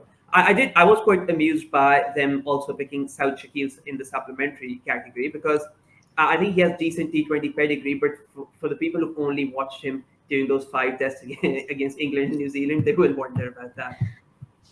Absolutely. So I'm just going to go to Ali Khan now. Ali, there's one player that I really, really like in Quetta squad and in Pakistan squad as well, and that is Mohammad Nawaz. I think he is a player that has immense impact on the game, especially on a day where he is performing with the bat and the ball. How do you see Mohammad Nawaz developing in this Quetta Gladiators team, his role and probably his impact throughout their journey in the PSL? Yeah, it's a great shout, Hijab. I think Mohammad Nawaz, if you look at the evolution of his career, I think Pakistan cricket has really done a disservice to him and a disservice to Pakistan cricket. Yeah, I think when you think about Nawaz and the talent that he has as a batsman and as a bowler, it's never really been unlocked. We've seen it more over the last year or two because of the support that Mohammad Wasim has given him, and rightly so. But what I would really like to see from Nawaz is, we know what he does as a bowler. I'd love to see him kind of bat in the middle order, right? That 3, 4, 5 position, similar to the way that Bangladesh kind of use Shakib Al Hasan. But I think with Nawaz, there's more natural power there, and I think that's something that I think it's yet to be unlocked fully. So rather than him coming in at 6, 7, 8, really coming up top and kind of being someone who drives the initiative and drives the innings, that's something that I would like to see, and be kind of Quetta's version of Shadab, or what Shadab is for Islamabad. In terms of the team in general, I really like the players. I'm a little bit uncertain about the team. I think Dan mentioned it about Jason Roy and Martin Guptill. They seem to be they're obviously on the back end of their careers. There is a father time component to all of that, right? They're going to naturally decline. So maybe it's going to compromise their consistency, and we've seen some of that in their performances over the last year or two, and so that's a bit of a concern for me. Their middle order is very similar, guys that kind of play at the same cadence and the same rhythm. I think as much as I give credit to Iftikhar, and it's great to see him go to places like the BPL and really explode and show a different side of his game. I think the quality of the bowling in the PSL is a lot better. So will he be able to do that in the PSL, or is he going to revert to type in terms of the way that he plays? I think that'll be interesting to see. What does Omar Akmal have? Kind of, what is he at this point? I think that the fact that he's really important for them is a bit of a concern for me, because I think it's he's kind of just he's a bit of a lottery in terms of what he's going to give you. But their bowling lineup is really good. I think as everyone has mentioned, with a combination of Naseem, after Shaheen, he's probably Pakistan's best bowler. Hasaranga obviously is a great addition for them. I'd be a little concerned about Hasnan. I think Hasnan to me is that kind of theoretical top bowler. We kind of just plug him in, but when you look at the way he actually performs, it's a little spotty. He's not someone that you can completely trust as a bowler. Someone who's going to take wickets, someone's going to keep the runs down. He can get quite expensive. And if him and Odean Smith are in the same bowling attack, that is kind of a recipe for things going a little bit awry, because both of those guys are still kind of finding themselves as bowlers. Dan mentioned that Odean has improved. I had Odean with Jamaica. I had him with St. Lucia as well. Obviously, that was a while ago.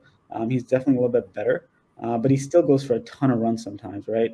The 4 overs, 50 runs, he's a big candidate for that. And so, what is the value of having him bat at 7 and 8 and the dynamism of batting versus the threat of him kind of really, going for a lot of runs? And then, the last point I have is on Saud Shakil and Umar bin Yusuf. It's good to see them in this team.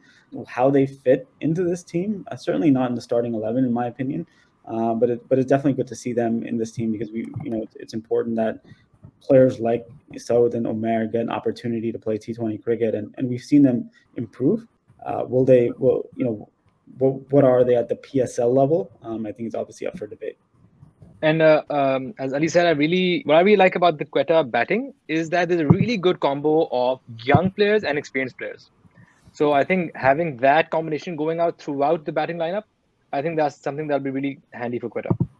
I think that Ali, I think if you look at Bungalzai, right, I think there's a bit of improvement there. If you look at his historical records in Pakistan, he's kind of he's very much an orthodox batsman who, for the better part of his early career, has been striking it at 100, which is obviously not anywhere near T20 cricket level to be picked for PSL. But this year you saw an improvement. You saw his 6 rate go up. You saw his strike rate go up. So I'll be interested to see if he gets a game and how he performs at a higher level. Absolutely. So Dan, I'm just going to come to you with one question in terms of Dwayne Pretorius. He just recently retired to focus on T20s. And how do you see his inclusion and what's the probability of him making into the playing 11? I think he's been recruited as a replacement player with a view to being a fairly close like for like with OD and Smith. I would say Pretorius is the better batter in terms of like more conventional batting. Smith is the better hitter. But that's how I see Pretorius' role. I think ultimately, if you're looking at picking 2 overseas openers or 2 overseas batters in the top 3, Hasaranga and I have to say I would go with Naveen because it really locks in 20 overs of bowling. That's the difficulty. If you go with a Smith or a Pretorius ahead of a Naveen, you're as Ali Khan says, you're risking someone leaking runs. It increases the potential of that 50 4 overs kind of thing, and they don't need to do that because if they pick the right team, they're extremely bowling strong. And bowling strong goes a long way in most T20 tournaments. Dan, what do you think about the way that they maybe it was better for them to pick one of either Jason Roy and Martin Guptill and then have kind of this other kind of international batsman come in the middle order to really give them that protection in the middle. I personally don't trust Sarfraz, a combination of Sarfraz, Omar Akmal, and Iftikhar kind of leading that middle order throughout an entire tournament, right? I'd really like to have kind of the archetype of someone like a Riley Rousseau, for example, which Quetta has had in the past.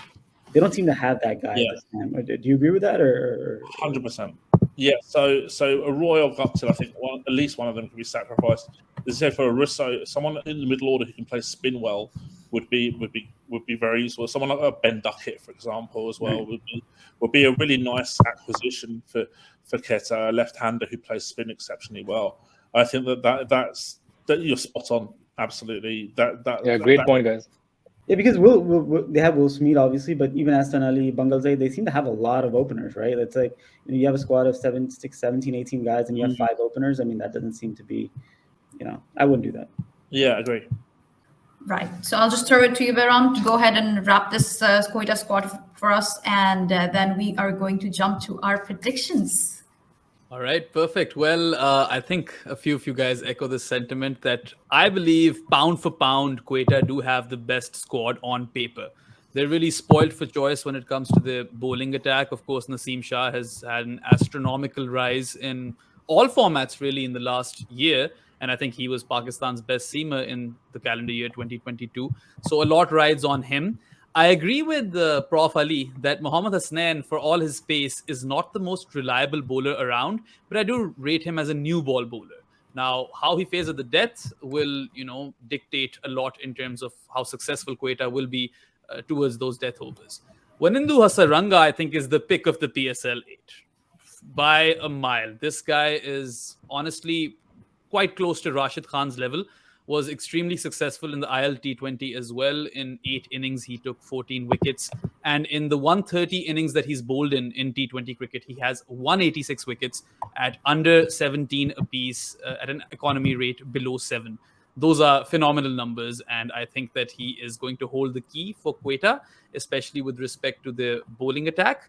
And then you've got players like Naveen ul Haq, Kes Ahmed, and even Emil Khan. I think Emil Khan was one of the pick of the bowlers when it comes to the youngsters that we saw in the PJL. And I have high expectations from him and expect Quetta to play him as well. The bowling looks better than the batting. The batting does come across as a bit suspect at times. Jason Roy is patchy. If he's in a good run of form, he'll score hundreds. If he's not, there's a string of low scores in there. Martin Guptill is well beyond his prime, but then we all know what Martin Guptill is capable of. So I wouldn't put it past him to, win a game completely on his own. So they do have that firepower up top.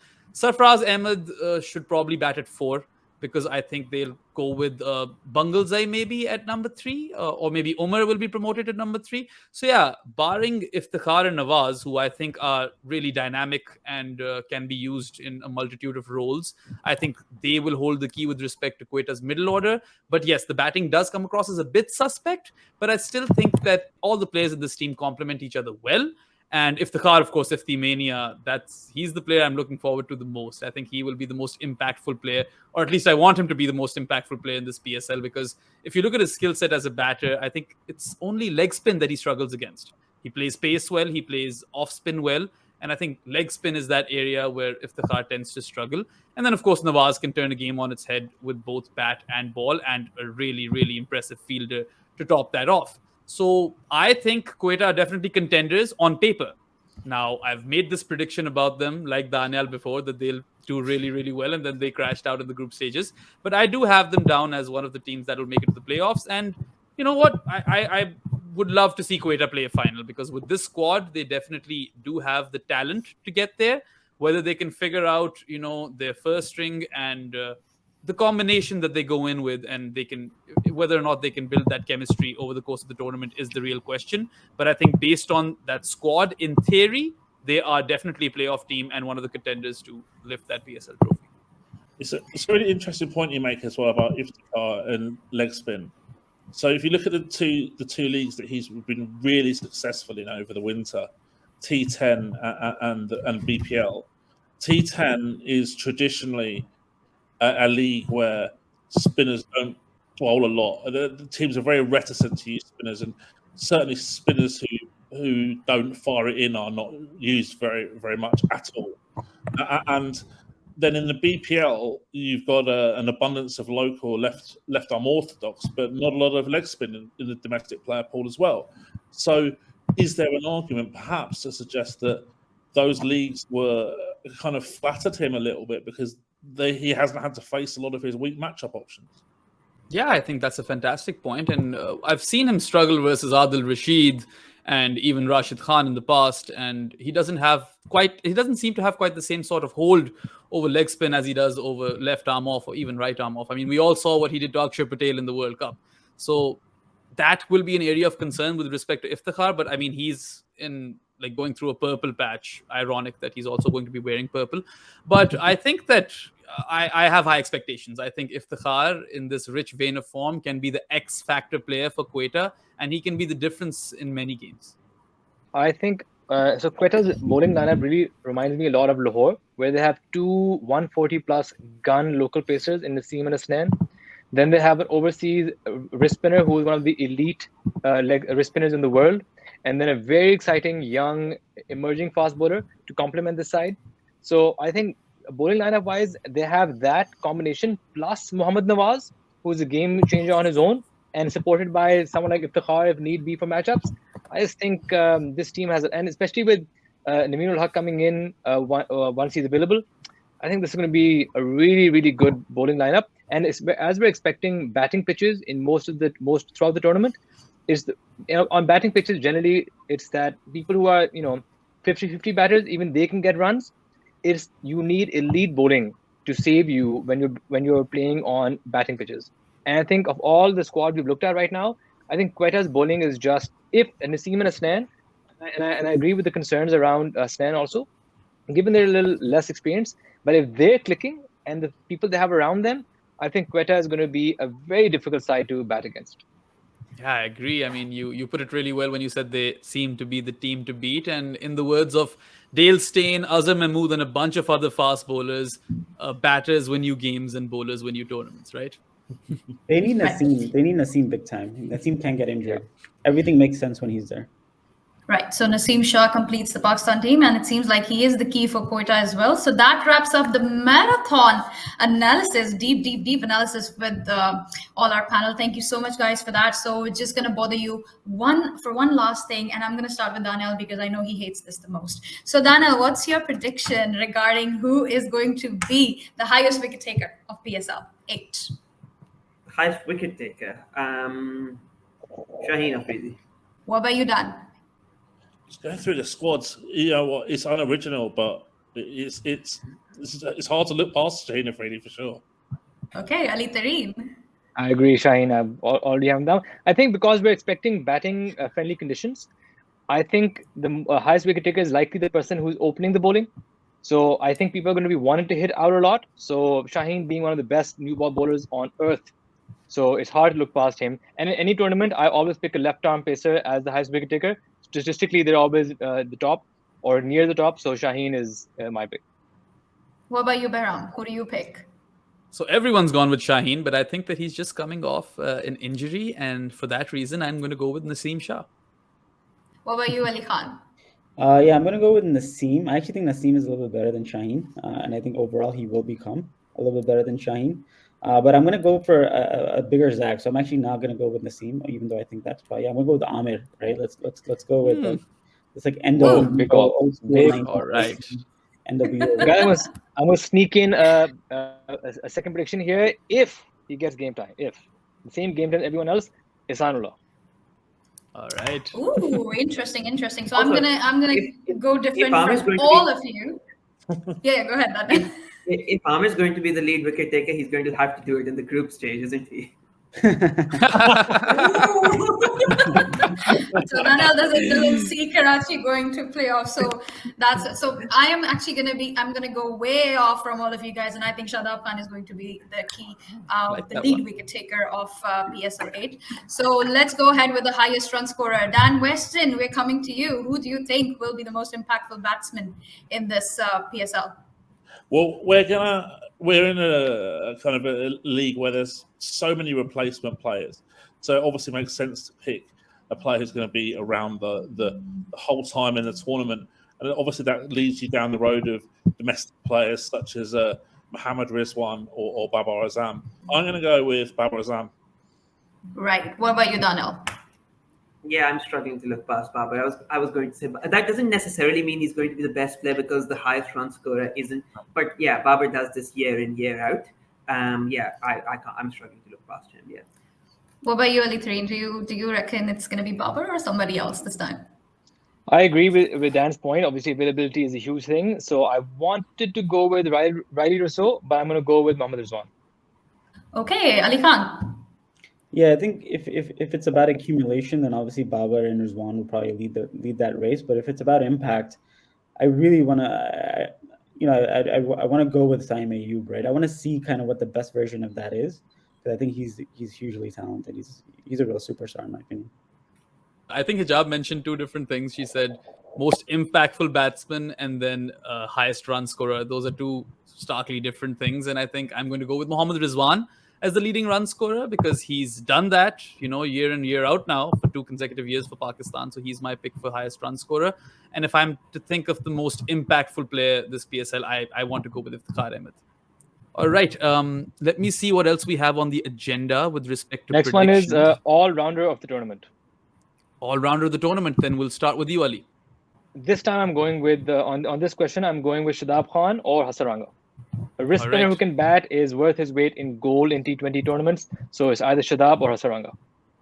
Perfect. Hijab, you didn't give your prediction for highest run scorer, so you can give your prediction for that and then your best all-rounder for PSL 8.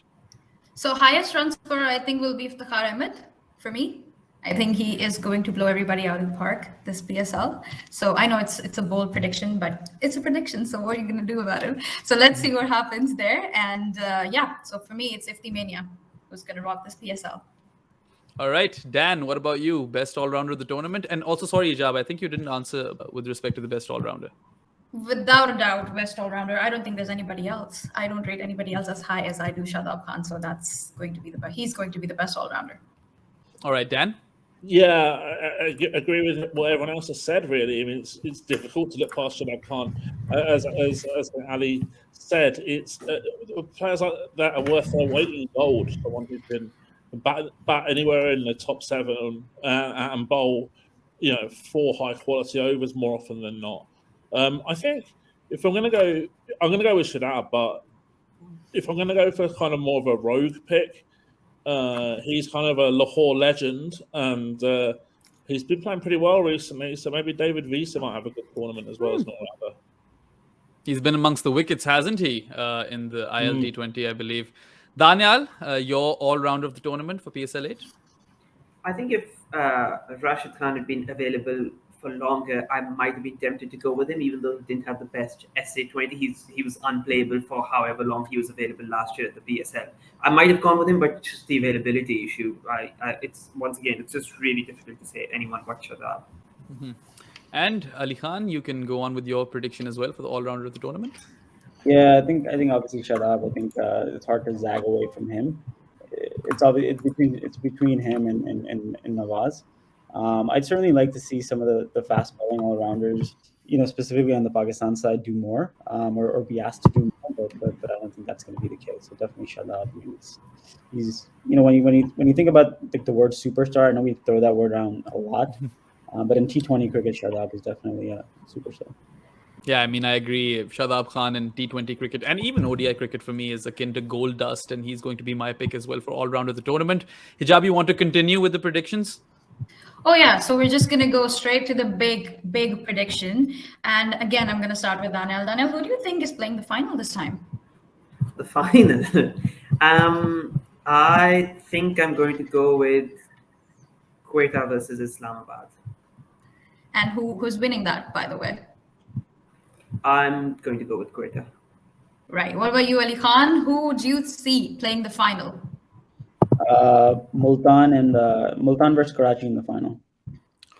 And do you see Karachi winning? No, definitely not. No. Okay. So Multan is winning as far as Ali Khan is concerned. What about you, Dan? Who do you see playing the big finale?